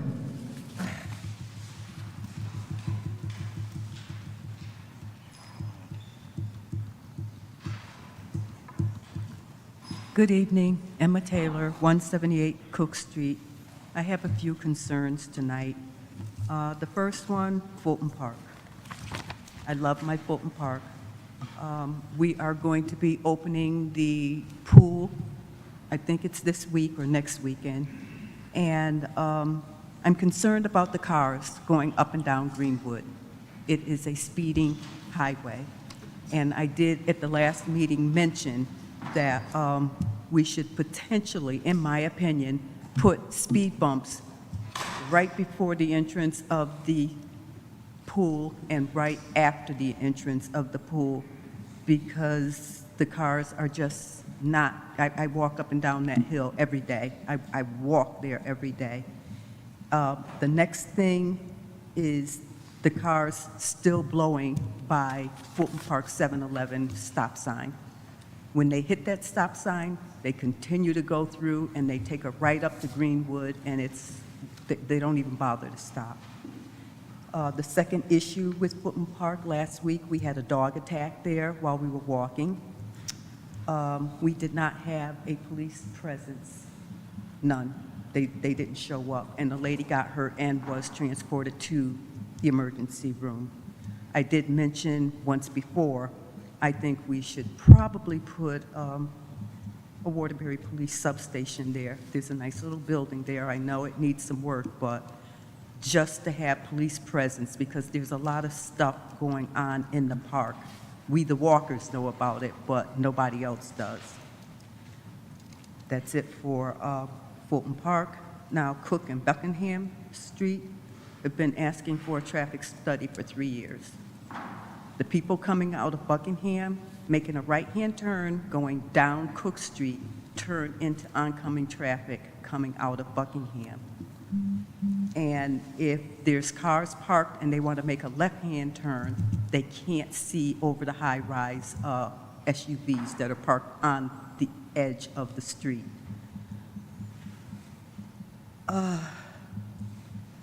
And my next issue are the cars with the loud tailpipes. I'm not going to call the police station anymore because I don't know if the loud tailpipes are tailpipes or if they're gunshots. And they sound like gunshots, but it's like back in the day, we used to get in trouble about tailpipes being too loud, and they got fined. So I'm talking about that. And I also have one that travels around Pearl Street, Hopkins Street, and Cook Street between 1 and 3 o'clock a.m. every morning. They just ride up and down, and the tailpipe is ridiculous at that hour of the morning. And my last thing is the laundromat on the corner of Hopkins and Cook. There was almost a head-on collision. They're not even open yet, so I can only imagine what's going to happen once they open. But the trucks are parking right on the corner of Hopkins and Cook. There's cars that are legitimately parked on the other side, and a car was coming up Hopkins Street, and there was a car coming from Cook Street going down Hopkins, and they almost had a head-on collision. So they probably need to do a traffic study for that area too. And that's all I have tonight. Thank you. Thank you. That's the last speaker tonight, Mr. President. Okay, with that, the next item on the agenda would be the approval of the minutes from the Monday, May 5th, 2025 public hearing and regular meeting of the Board of Aldermen, the Monday, May 19th, 2025 public hearings and regular meeting of the Board, and the Tuesday, May 27th, 2025 second budget public hearing. Summary of the minutes. Alderman Dorso, is there a motion? Motion to approve. Alderwoman Martinez McCarthy. Second. Motion made and seconded. Any discussion? Seeing none, all is in favor of approving the minutes, signify by saying aye. Aye. Opposed, no. The ayes have it. The motion carries and the minutes are approved. Before we recess into committees, item 14 has been withdrawn. That has been withdrawn. Item number 21, just on your agenda, Mike Cervellino III is listed as a Democrat. That should have been an R next to his name on the actual item. It is listed as a Republican. And item 24 was a placeholder. You received the packet. Most of you received it digitally on Wednesday morning. And the packet is the contract between the City of Waterbury and Stony Brook Construction. So with that, we'll recess into committee, and we'll start with the Finance Committee. I call the Finance Committee to order. Item number 6, your Finance Committee respectfully recommends that the Board of Aldermen approve a refund from Sonia Toledo, 231 Delwood Drive, for the following permit fees as submitted by Frank Baker, acting building official. PR 20-25000-1000 in the amount of $3,487.50. May I have a motion? Motion to approve the refund? Second? Second. Is- Is that a refund to Sonia or from Sonia? I'm Oh, the reading refund, book. the permit. Let me speak on what I'm reading. It says from. Is she refunding money to us, or are we refunding money to her? We're refunding her permit. Refunding her. it's So it should be two. Yeah, okay, Correct yes. that, please. Can't hear him. Good. Thank you. Okay. So that is two, not from Sonia Toledo. And we have a motion? So any other discussion? Seeing none, all those in favor say aye. Aye. All those opposed, nay. Any abstentions? The motion passes.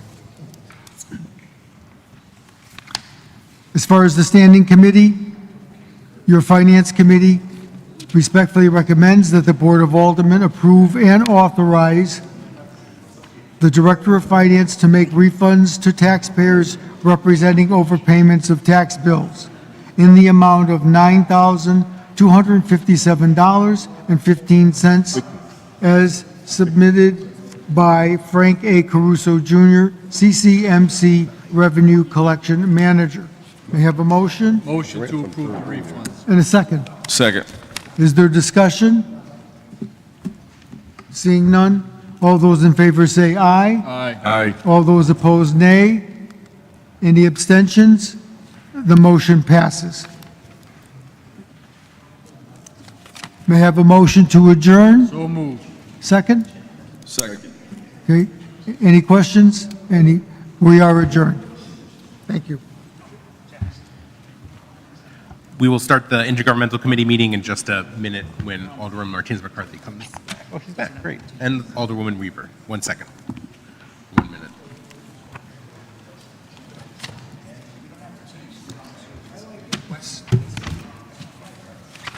It was from her.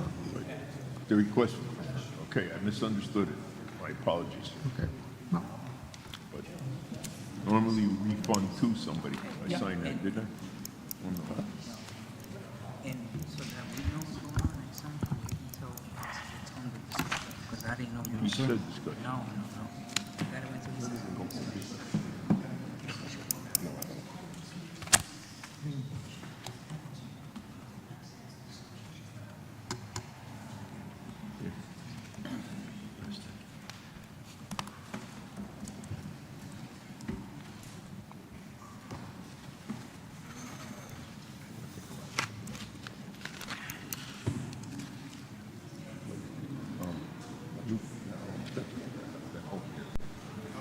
I'm going over there with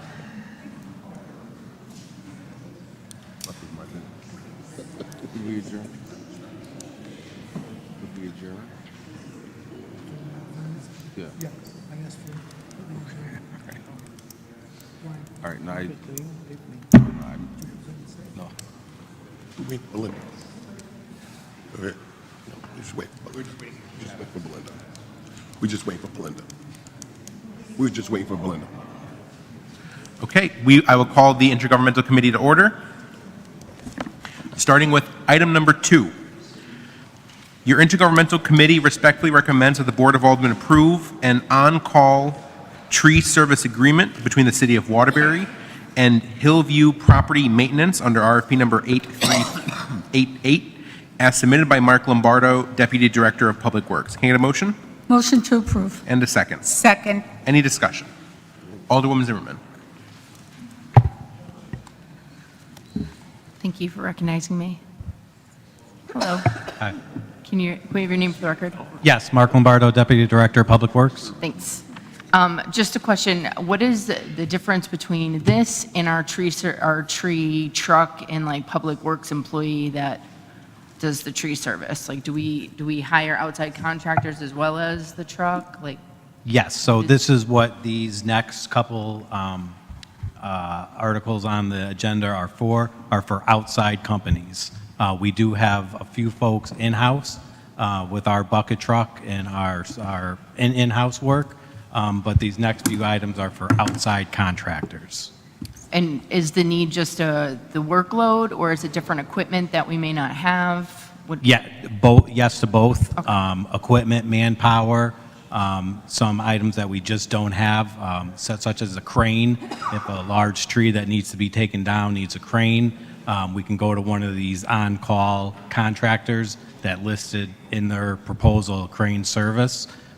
So between our parks, our golf courses, and our public right-of-ways, we have numerous trees. Okay, thank you. You're welcome.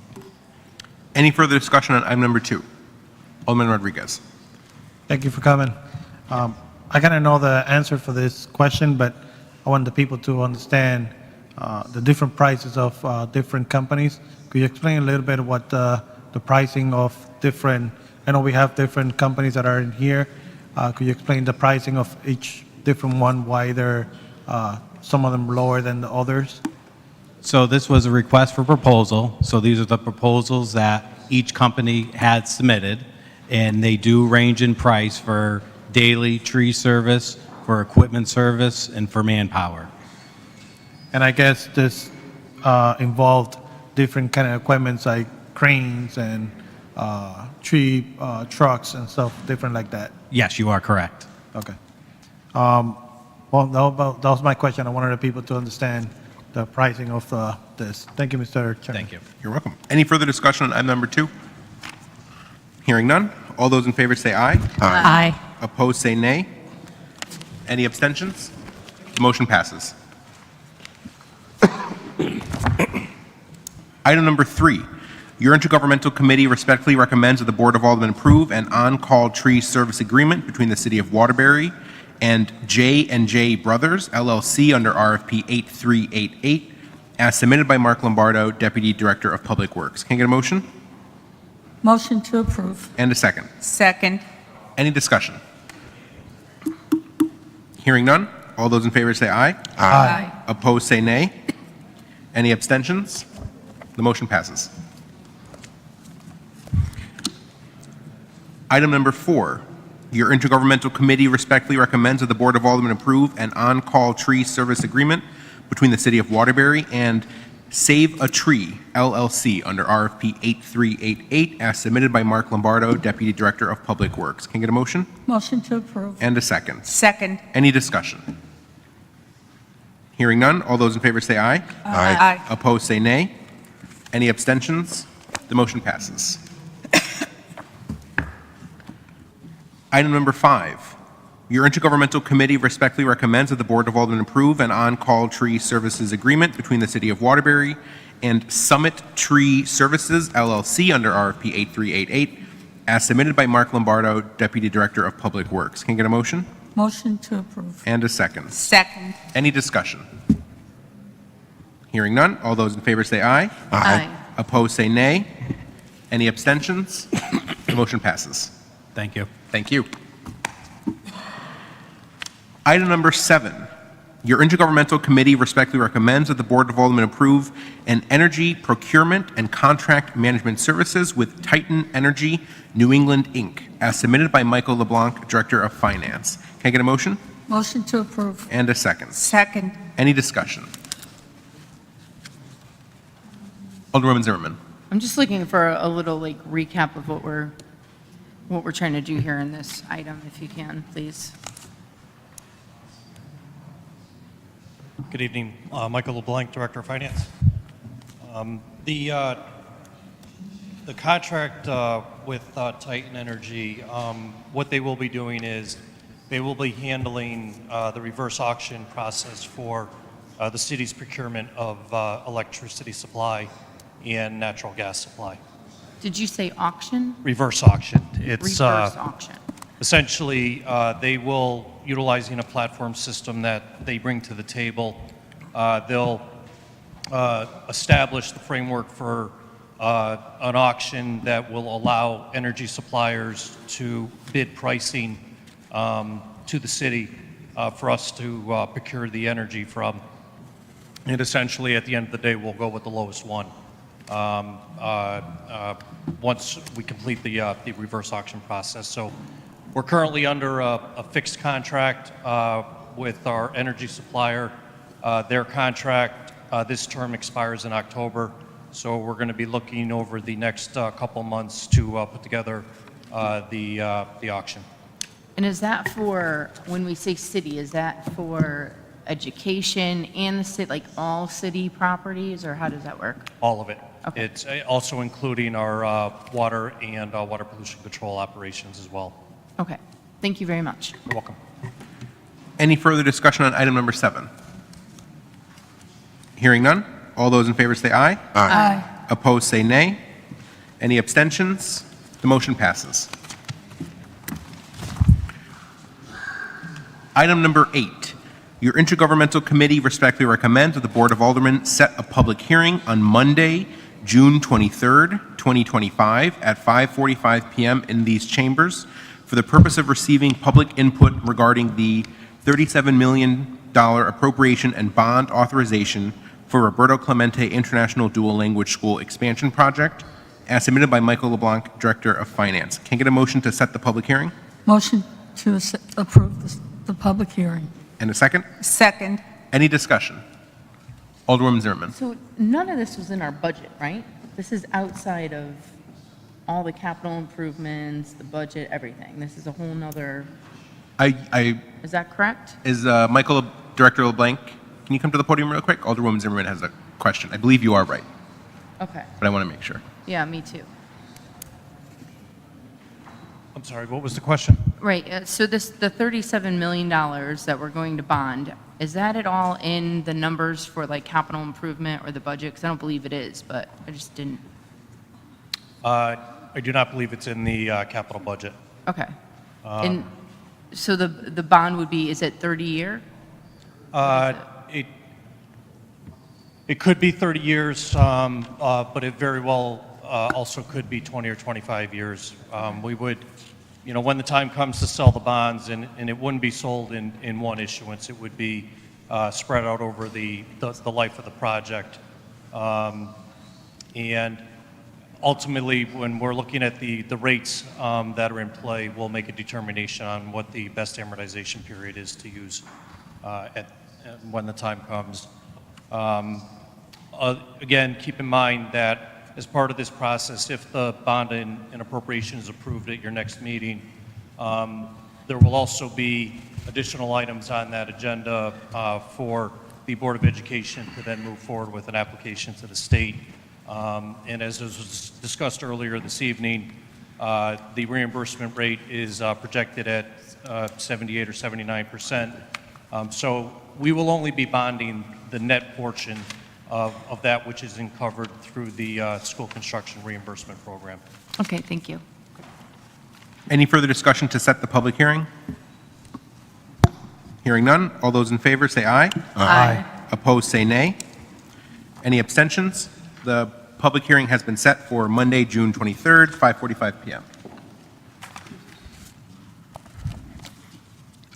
Item number 10. Your Intergovernmental Committee respectfully recommends that the Board of Aldermen approve a professional services agreement under RFP 8438 for WATER project Phase 2 on-call rights-of-way services between the City of Waterbury and Kieran and Fazio, LLC, as submitted by Salvatore D. Porzio, Project Manager, Department of Public Works. Can I get a motion? Motion to approve. And a second. Second. Any discussion? Hearing none. All those in favor say aye. Aye. Opposed, say nay. Any abstentions? The motion passes. Item number 12. Your Intergovernmental Committee respectfully recommends that the Board of Aldermen approve a contract in the amount of $223,890 for replacement of Fulton Park playscape flooring between the City of Waterbury and Creative Recreation, LLC, as submitted by John Kolar, Supervisor of Parks, Department of Public Works. Can I get a motion? Motion to approve. And a second. Second. Any discussion? Alderwoman Zimmerman.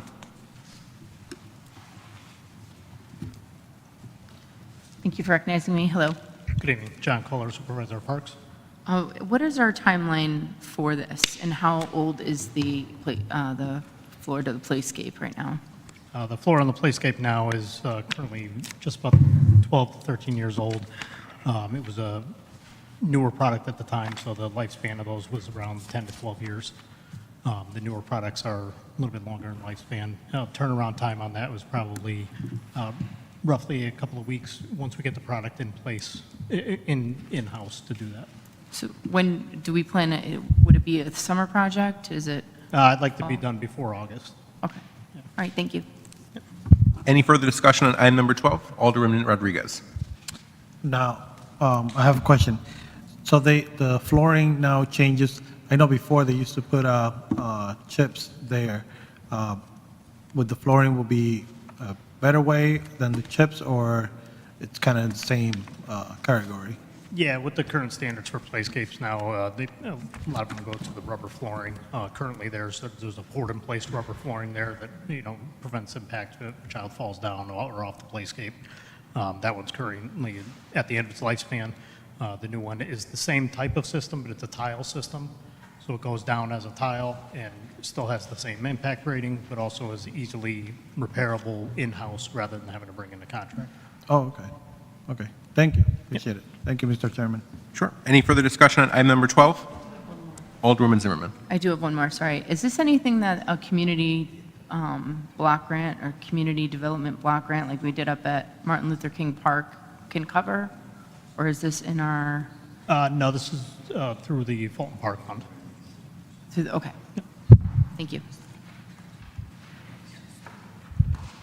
Thank you. Any further discussion on item number 12? Thank you so much. Hearing none, all those in favor say aye. Aye. Opposed say nay. Any abstentions? The motion passes. Item number 13, your Intergovernmental Committee respectfully recommends that the Board of Aldermen approve a new contract with Axon for interview room cameras. The contract with Axon shall not exceed $131,011.46. The duration of the contract will be 5 years, as submitted by Michael Ponzillo, Deputy Chief of Police. Can I get a motion? Motion to approve. And a second. Second. Any discussion? Alderwoman Zimmerman. Thanks for recognizing me again. Good evening, Mike Ponzillo, Deputy Chief of Police. Hi.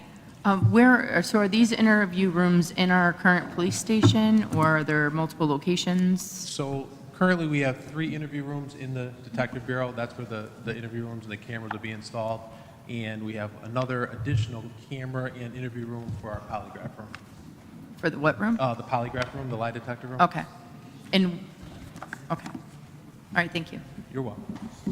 Any further discussion on item number 13? Thank you. Hearing none, all those in favor say aye. Aye. Opposed say nay. Any abstentions? The motion passes.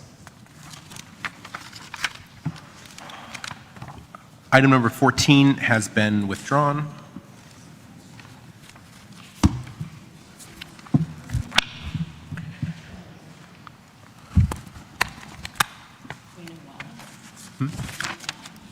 I think it's coming at the next meeting. Yeah. So I've got item number 15, which is comprised of 4 separate sub-items. Item number 15A, your Intergovernmental Committee respectfully recommends that the Board of Aldermen approve the 2025 Connecticut Neighborhood Assistance Act application for Waterbury YMCA as submitted by John Goggin, Assistant Director of Community Development. Can I get a motion? Motion to approve. And a second. Second. Any discussion on item number 15A? Hearing none, all those in favor say aye. Aye. Opposed say nay. Any abstentions? The motion passes. Item number 15B, your Intergovernmental Committee respectfully recommends that the Board of Aldermen approve the 2025 Connecticut Neighborhood Assistance Act application for Chrysalis Center as submitted by John Goggin, Assistant Director of Community Development. Can I get a motion? Motion to approve. And a second. Second. Any discussion on item number 15B? Hearing none. All those in favor say aye. Aye. Opposed, say nay. Any abstentions? Motion passes. Item number 15C. Your Intergovernmental Committee respectfully recommends that the Board of Aldermen approve the 2025 Connecticut Neighborhood Assistance Act application for NEST as submitted by John Goggin, Assistant Director of Community Development. Can I get a motion? Motion to approve. And a second. Second. Any discussion on item number 15C? Hearing none. All those in favor say aye. Aye. Opposed, say nay. Any abstentions? The motion passes. And item number 15D, your Intergovernmental Committee respectfully recommends that the Board of Aldermen approve the 2025 Connecticut Neighborhood Assistance Act application for NEST as submitted by John Goggin, Assistant Director of Community Development. Can I get a motion? Motion to approve. And a second. Second. Any discussion on item number 15D? Alderman Rodriguez. If you could just state your name for the record. John Goggin, Assistant Director of Community Development. How you doing? Thank you for coming. I see that Nest had 2 applications put in. Are they getting approved for both, or? So the Office of Community Development doesn't deal with any approval for this program. We simply are required to receive Board of Aldermen approval to send them to the State of Connecticut to the Department of Revenue Services. So they picked whoever is going to take it? Yes. Okay. Thank you. Appreciate it. Thank you, you. Mr. Chairman. Any further discussion on item number 15D? Thank you. Hearing none, all those in favor say aye. Aye. Opposed, say nay. Any abstentions? The motion passes. I'm going to re-clip these, so just be mindful that all 4 are one after the other. There we go. Good luck. Item number 16. Your Intergovernmental Committee respectfully recommends that the Board of Aldermen authorize the mayor to sign the Memorandum of Understanding between the Naugatuck Valley Council of Governments and the City of Waterbury regarding the Mad River Watershed-Based Plan as submitted by Roy Kavanaugh, PE, City Engineer. Can I get a motion? Motion to approve. And a second. Second. Any discussion? Hearing none, all those in favor say aye. Aye. Opposed, say nay. Any abstentions? The motion passes. Item number 17, your Intergovernmental Committee respectfully recommends that the Board of Aldermen approve Agreement DWSRF number 2025-7140, Project Loan and Subsidy Agreement between the State of Connecticut and the City of Waterbury.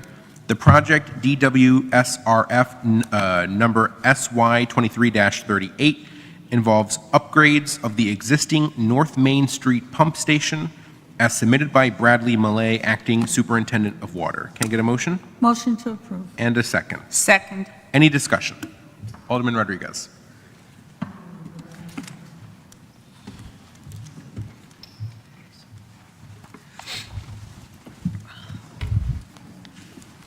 Good afternoon, Bradley Millay, Acting Superintendent of Water. How you doing? Thank you for coming. The upgrades for this pump, are we changing the whole system or just part of the system? Alderman, this project is going to require an entire new pump station on North Main. We're getting rid of the old one and putting a new one in its place, a little further up the road. Where's this one located at? Just in front of the Reagan School on North Main Street. And do you know how old is the system that we have there right now? I'm sorry, can you repeat that? How old is the system right now? 1940. 1940. Oh, okay. Thank you so much. I appreciate it. Any further discussion on item number 17? Alderwoman Zimmerman. I just have a comment that we're very excited to hear the decision by the courts lately, and I'm excited and hoping that this word acting disappears soon, and we have you as our superintendent. So thank you for all your hard work that you're doing. Any further discussion on item number 17? Thank you. Hearing none, all those in favor say aye. Aye. Opposed, say nay. Any abstentions? The motion passes. Item number 18, your Intergovernmental Committee respectfully recommends that the Board of Aldermen approve Agreement DWSRF number 2025-7139, Project Loan and Subsidy Agreement between the State of Connecticut and the City of Waterbury. The project DWSRF number SFY 23-24, Third Water Transmission Rehabilitation Slip Lining, consists of the rehabilitation of 8,125 feet of 42-inch water transmission main using slip lining method on Thomason Ave in Waterbury, Connecticut, as submitted by Bradley Millay, Acting Superintendent of Water. Can I get a motion? Motion to approve. And a second. Second. Any discussion on item number 18? Alderman Rodriguez. If not, if not I'm mistaken, is that the one that broke probably a couple years ago, that was in Thomason Ave? Yes, Alderman, the 42-inch main is broken several times through over the years, which is why it's so imperative that we rehab it. That one connects to the reservoir that we have? It's one of the 3 transmission mains from the treatment plant, yes. Okay. Thank you. I just wanted to clarify. Any further discussion on item number 18? Yeah, one more. Alderman Rodriguez. I see the cost of almost $10 million. Is that right? The total cost for the entire project is about $12.5 million, but we're being subsidized $1.5 million back from the SRF project. So to us, it's a little more than 10. Thank God we won that lawsuit. Probably we're going to use that money for it. Appreciate it. Thank you. Yes. Any further discussion on item number 18? Thank you. Hearing none, all those in favor say aye. Aye. Opposed, say nay. Any abstentions? The motion passes. Item number 19, your Intergovernmental Committee respectfully recommends that the Board of Aldermen approve the agreement DWSRF number 2025-7141, Project Loan and Subsidy Agreement between the State of Connecticut and the City of Waterbury. The project DWSRF SFY 23-31 involves replacing the existing 1.5 mg welded steel water storage tank at the Blackman Road water storage tank at the Blackman Road build in 1980 with 2 new 1 mg pre-stressed concrete water storage tanks that will increase storage volume and provide water storage redundancy, as submitted by Bradley Millay, Acting Superintendent of Water. Can I get a motion to approve? Motion to approve. And a second. Second. Any discussion? Hearing none, all those in favor say aye. Aye. Opposed, say nay. Any abstentions? The motion passes.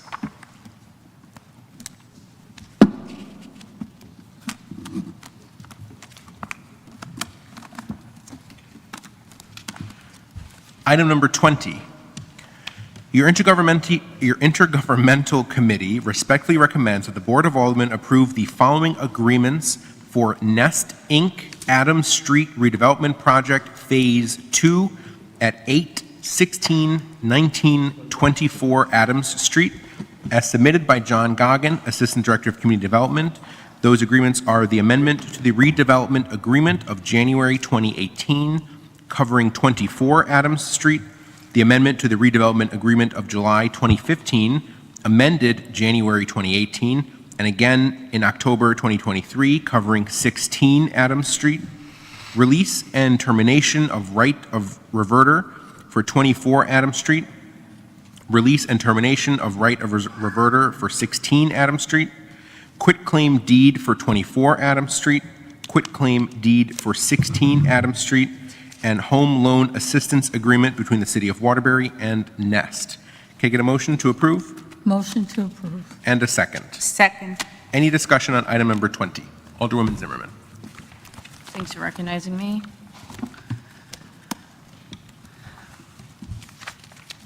John Goggin, Assistant Director of Community Development.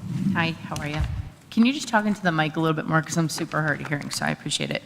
I just need help walking me through some of the legal terminology with some of this. So when we did the amendment to the redevelopment agreement, what was the amendment for 24 Adams Street? I'd like to call Tom Pariseau, he's our attorney for this. Thank you. Good evening.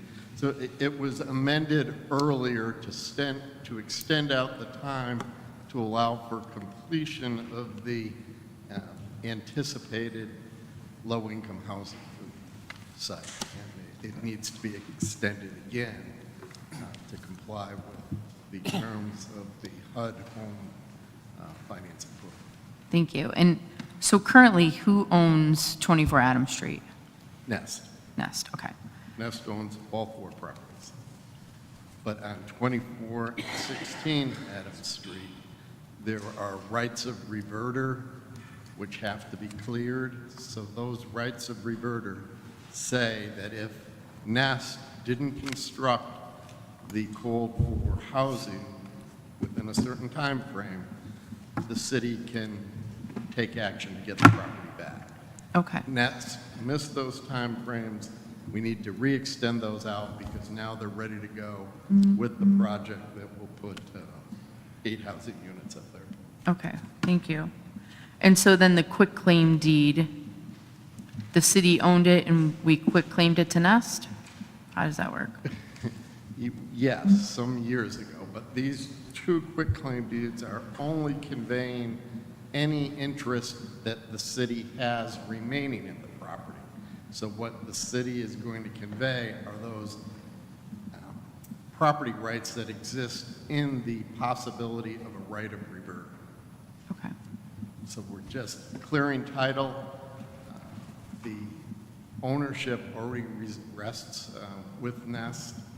We need to clear out this possibility of reverter so that the city cannot come in later on and say we want the property back. Okay, thank you. And then, so the total project is 4,644,597, right? The number that's in the documentation that you guys provided? I guess that's a question. That's correct? Yes, Okay. $4,644,597. All right, and then the loan, I was reading about a loan. So when I look at the list that you have in here, the anticipated sales proceeds, the HUD Home Investment Partnership Program, I guess that's the loan, the partnership program for $1,700,000? Yes, the home program operates through loan assistance, yes. Okay. And then whose loan is it? Nest's loan? It is, but it's going to be, and Tashina can correct me if I'm wrong, it'll be blanking on the word, it will be, Tashina, do you know the word for that? Oh, it will be a deferred loan. So once project completion commences, which is as soon as those houses are sold and have occupants in them, the loan will immediately go away. Okay. Thank you. Thank you. Any further discussion on item number 20? Alderman Rodriguez. I just want to be clear. Nest had them, we take them away from them, and we gave them back? Is that it? No, we never took them away. So there's 4 lots in this project. Nest acquired 2 of them independent of the city, and it acquired 2 lots, lots 16 and 24, from the city. When the city conveyed those lots to Nest, it was with a set of restrictions. One of the restrictions was that the low-income housing project had to be built within a certain time frame. That time frame expired. Okay. Now we need to clear the city's right to take the property back. So the city doesn't want the property back because Nest needs to do this project up there. Back, they couldn't do it. Okay, so if we took them back from them, kind of, can the city could have sold it to somebody else? Theoretically, but as a practical matter, Because my question to this is because if you gave them already a time frame to do something with them and they didn't do it, why give it to the same person if they're not gonna, are they gonna do it or how it's gonna? work with this. Now, everything appears to be in place that the project is viable.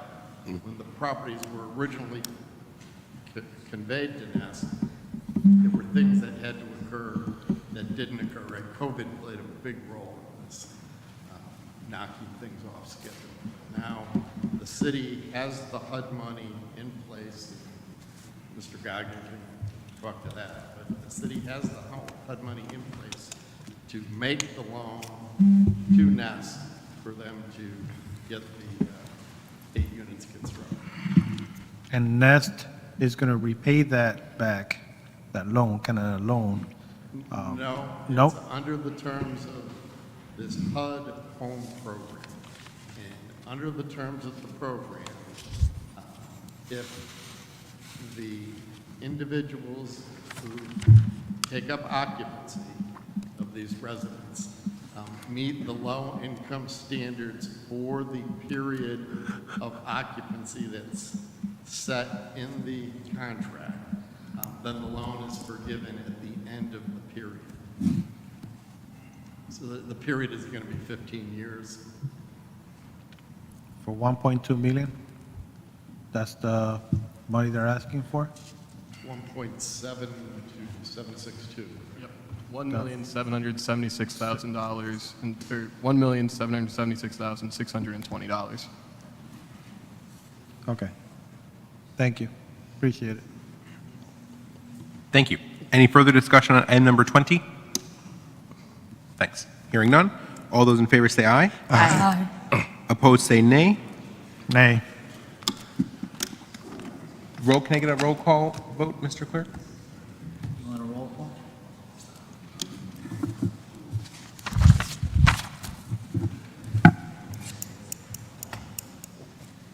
Alderman Hunter.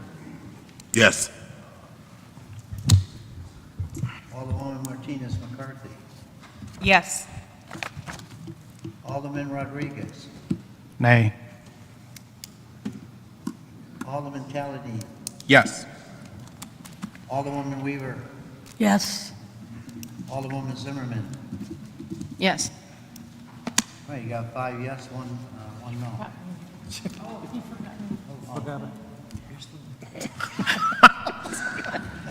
I'm sorry. That's okay. Alderwoman Kumar. Yes. Thank you. 6 and 1, 6 yes, 1 no.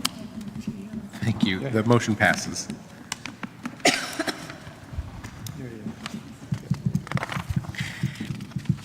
Item number 24.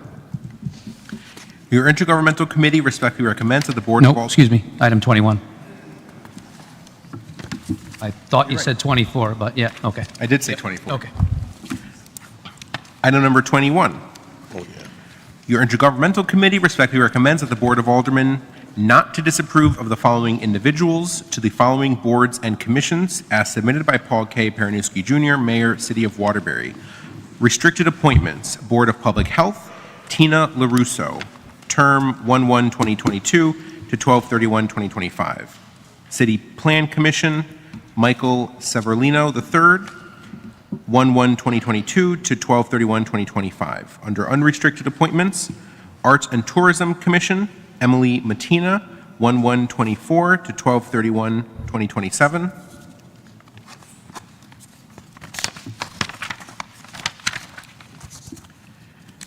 Under Litter Control and Beautification Commission, Bruce McEntee, 1/1/2024 to 12/31/2027. Michael Dijo Von Carlo, 12/1/23 to 11/30/2025. City Plan Commission, Carl Rosa, 1/1/24 to 12/31/2027. Can I get a motion to not disapprove? Motion to not disapprove. And a second? Second. Any discussion? Alderwoman Zimmerman. I'd just like to thank the mayor for filling these in a timely fashion. Appreciate it. And if we could just look into constant ways in the future on how to try to communicate to the public that they're available, taking in some public speaking feedback, that would be great. But thank you very much for filling these in a timely manner. Thank you. Any further discussion? Hearing none. All those in favor say aye. Aye. Opposed say nay. Any abstentions? The motion passes. Now, item number 24. Your Intergovernmental Committee respectfully recommends that the Board of Aldermen approve a construction contract between the City of Waterbury and Stony Brook Construction, LLC. The amount of the contract shall not exceed $396,603.20 as submitted by Salvatore D. Porzio, Project Manager, DPW. Can I get a motion? Motion to approve. And a second. Second. Any discussion on item number 24? Hearing none. All those in favor say aye. Aye. Opposed say nay. Any abstentions? The motion passes.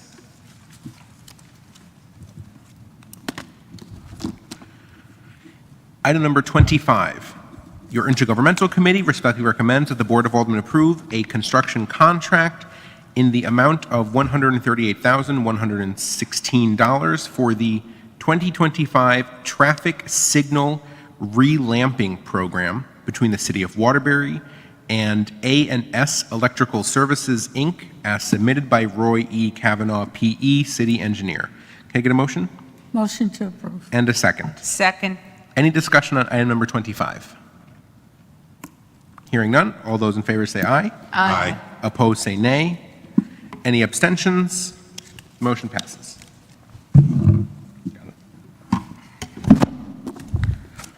And item number 26.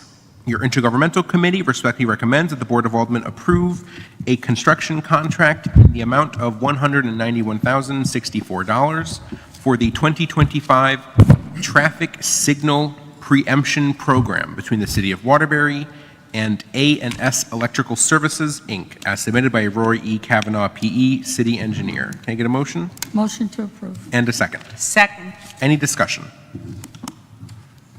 Hearing none. All those in favor say aye. Aye. Opposed say nay. Any abstentions? The motion passes. I'll entertain a motion to adjourn the Intergovernmental Committee. Motion to adjourn. Second. All in favor? Aye. Aye. We are adjourned. Okay, we will return to the regular order of business. The following items are on the consent calendar. Item number 1 is receive and place on file. Items 2, 3, 4, 5, 6, and 7 are on consent to approve. Item number 8 is on consent to set a public hearing for June 23rd, 2025 at 5:45 in these chambers. Item 9 is receive and place on file. Item 10 is on consent to approve. Item 11 is receive and place on file. Item 12 is on consent to approve. Item 13 is on consent to approve. Item 14 has been withdrawn. Excuse me. Item number 15A, B, C, and D are on consent to approve. Items 16, 17, 18 are on consent to approve. Items 19, 20, and 21 are on consent to approve.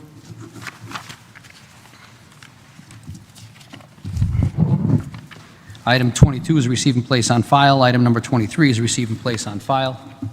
Items 24, 25, and 26 are on consent to approve.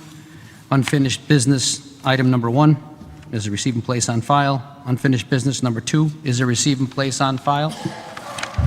And unfinished item number 3 is a receive and place on file. Alderman Dorso, is there a motion with respect to the consent calendar? Motion to approve the consent calendar is read. Alderwoman Martinez McCarthy. Second. Motion made in second. Discussion. Any additions or deletions to the calendar? Alderman Rodriguez. Number 20, Mr. President. We take it out. What item? Number 20. 20. Okay. Alderman Dorso. Motion on the floor now is to approve the consent calendar as read, minus item number 20. Is there a motion? So moved. Second. Second. Motion made and seconded. Any further discussion? Hearing none. All those in favor of approving the consent calendar as read signify by saying aye. Aye. Opposed, no. The ayes have it. The motion carries, and the consent calendar is approved. With respect to item number 20, the chair would recognize Alderman Tajaldeen, the chair of the Intergovernmental Committee. Someone has item number 20. Right. Thanks. Give me 1 second. Of course, it's the one that has it on the other side of the paper. Item number 20, your Intergovernmental Committee respectfully recommends that the Board of Aldermen approve the following agreements for Nest, Inc., Adams Street Redevelopment Project, Phase 2, 8/16/1924 Adams Street, as submitted by John Goggin, Assistant Director of Community Development. Those agreements are amendment to the redevelopment agreement of January 2018, covering 24 Adams Street, amendment to the redevelopment agreement of July 2015, amended January 2018, and again in October 2023, covering 16 Adams Street, release and termination of right of reverter for 24 Adams Street, release and termination of right of reverter for 16 Adams Street, quit claim deed for 24 Adams Street, quit claim deed for 16 Adams Street, home loan assistance agreement between the City of Waterbury and Nest. Can I get a motion? Motion to approve. And a second. Motion made by Alderwoman Weaver, seconded by Alderwoman Martinez McCarthy. Any discussion? Alderman Rodriguez. My rejection to this, Mr. President, is that, the company that we gave it to had a time frame to do some work on it, and they decided not to do the work, and then now they want to kind of start all over again. When you got a chance, we gave you a few chances, can I see? I don't think we could have got another person to do the project, and I don't know if that was possible or not, if they found someone else to do the project in those properties or sell them to someone else. Did we have any chance to do that or no? John Goggin, Assistant Director of Community Development. So with this project, the City of Waterbury only has one CHODO that operates within city limits. That's Nest. The home requirements, the home regulations that we follow has a very strict process for how we go about selecting applicants in the home program. They have to go through a thorough vetting process, which Nest did. Nest completed phase 1, albeit if it didn't match up with the initial timetables when the project was initially proposed years and years ago. Phase 1 was a massive success for the Crown Brook neighborhood. So we have full faith in Nest in being able to accomplish phase 2 as well. So, and this is the reason why we should look for other avenues. And the reason for that is because now this company is vetted through the city, but they did whatever they wanted to do and not finish that project. But, that's one of the reasons why I decided not to vote for the project. Nothing against housing or anything like that, but, we should have more strict ways to deal with this stuff. Thank you. Thank you, Mr. President. Thank you. Any further discussion? Hearing none, we'll take a roll call. Alderman Alsep. Alderwoman Cavallo. Yes. Alderman Dorso. Sorry? Yes, you said yes. Alderman Hunter. Yes. Alderman Lopez. Yes. Alderman Mosley. Yes. Alderwoman Martinez McCarthy. Yes. Alderman Newjame. Alderman Rodriguez. Nay. Alderman Salvio. Yes. Alderman Taladine. Yes. Alderwoman Weaver. Yes. Alderwoman Zimmerman. Yes. Alderman DiGiovincarlo. Yes. 13 approve, 1 no. Okay, the ayes have it, and number 20 is approved. With respect to standing, the chair would recognize Alderman Michael Salvio, the chair of the Finance Committee. Your Finance Committee respectfully recommends that the Board of Aldermen approve and authorize the Director of Finance to make refunds representing overpayments of tax bills in the amount of $9,257.15 as submitted by Frank A. Caruso Jr., CCMC Revenue Collection Manager. Motion to approve. Second. Motion made by Alderman Dorso, seconded by Alderman Mosley. Any discussion? Hearing none, all those in favor of approving the refund signify by saying aye. Aye. Opposed, no. The ayes have it, the motion carries, and the refunds are approved. With that, that is our business for the evening. Is there anything for the good of the order? Alderman Mosley. Yes, a couple things. Just wanted to speak to, I know that there was a suggestion brought forth during public speaking regarding a task force to address some of the violence in our city, particularly the gun violence. I just want to say I think that would be a great idea. I do want to say that if anything like that happens, I think it's important to have voices at the table that are non-traditionally at these tables. For instance, at-risk youth, those who have been in the system, to make sure that the voices are equitable when we have these discussions. I find a lot of times when these groups come together, you only hear from one side, but I do think it's important to hear from both sides, and I think that those are great ideas. So I want to commend the speaker, and hopefully we can see some action moving forward. I also want to again, formally ask for an update on the traffic calming study. I do know that we're in the summer months now, and we want to make sure our residents are safe. Thank you. Further, anything further for the good of the order? Alderman Alsop. Yes, I want to commend the Park Department, the city, and the federal government. Did I name everybody, Mike? For the Stonehouse renovations done. We had a very successful celebration of the reopening of the Stonehouse, and it was evident that people care now. I was talking with John from the Parks Department, and he mentioned to me that the phone is ringing off the hook now for people wanting to use that building. So our goal was to expose it, let people know what was available, and get as much support in keeping that open, and it worked. So I commend everybody involved, thank the mayor's office, Arts and Culture, and a couple of other major donors that helped us out, and we got it, and it was very successful. Thank you. I also commend those state and federal dollars, so thank you. Alderman Mosley. Alderman Mosley. Yeah, just one last thing. My apologies. Thank you for recognition, Mr. Chair. We are celebrating Juneteenth this month, Thursday, June 19th. There will be a celebration here at City Hall starting at 11 o'clock, so we invite all of the public to attend. It should be a phenomenal event, and we encourage everyone to come out in support. Thank you. Thank you. Anything else? Oh, Alderman Tajaldeen. Thank you. Just that a reminder, someone mentioned it earlier, but we have the Washington Park pool ribbon cutting on Saturday, June 21st, at 10 a.m. So for folks to come, and I believe Fulton. Thank you. Anything further? No. Alderman Salvio.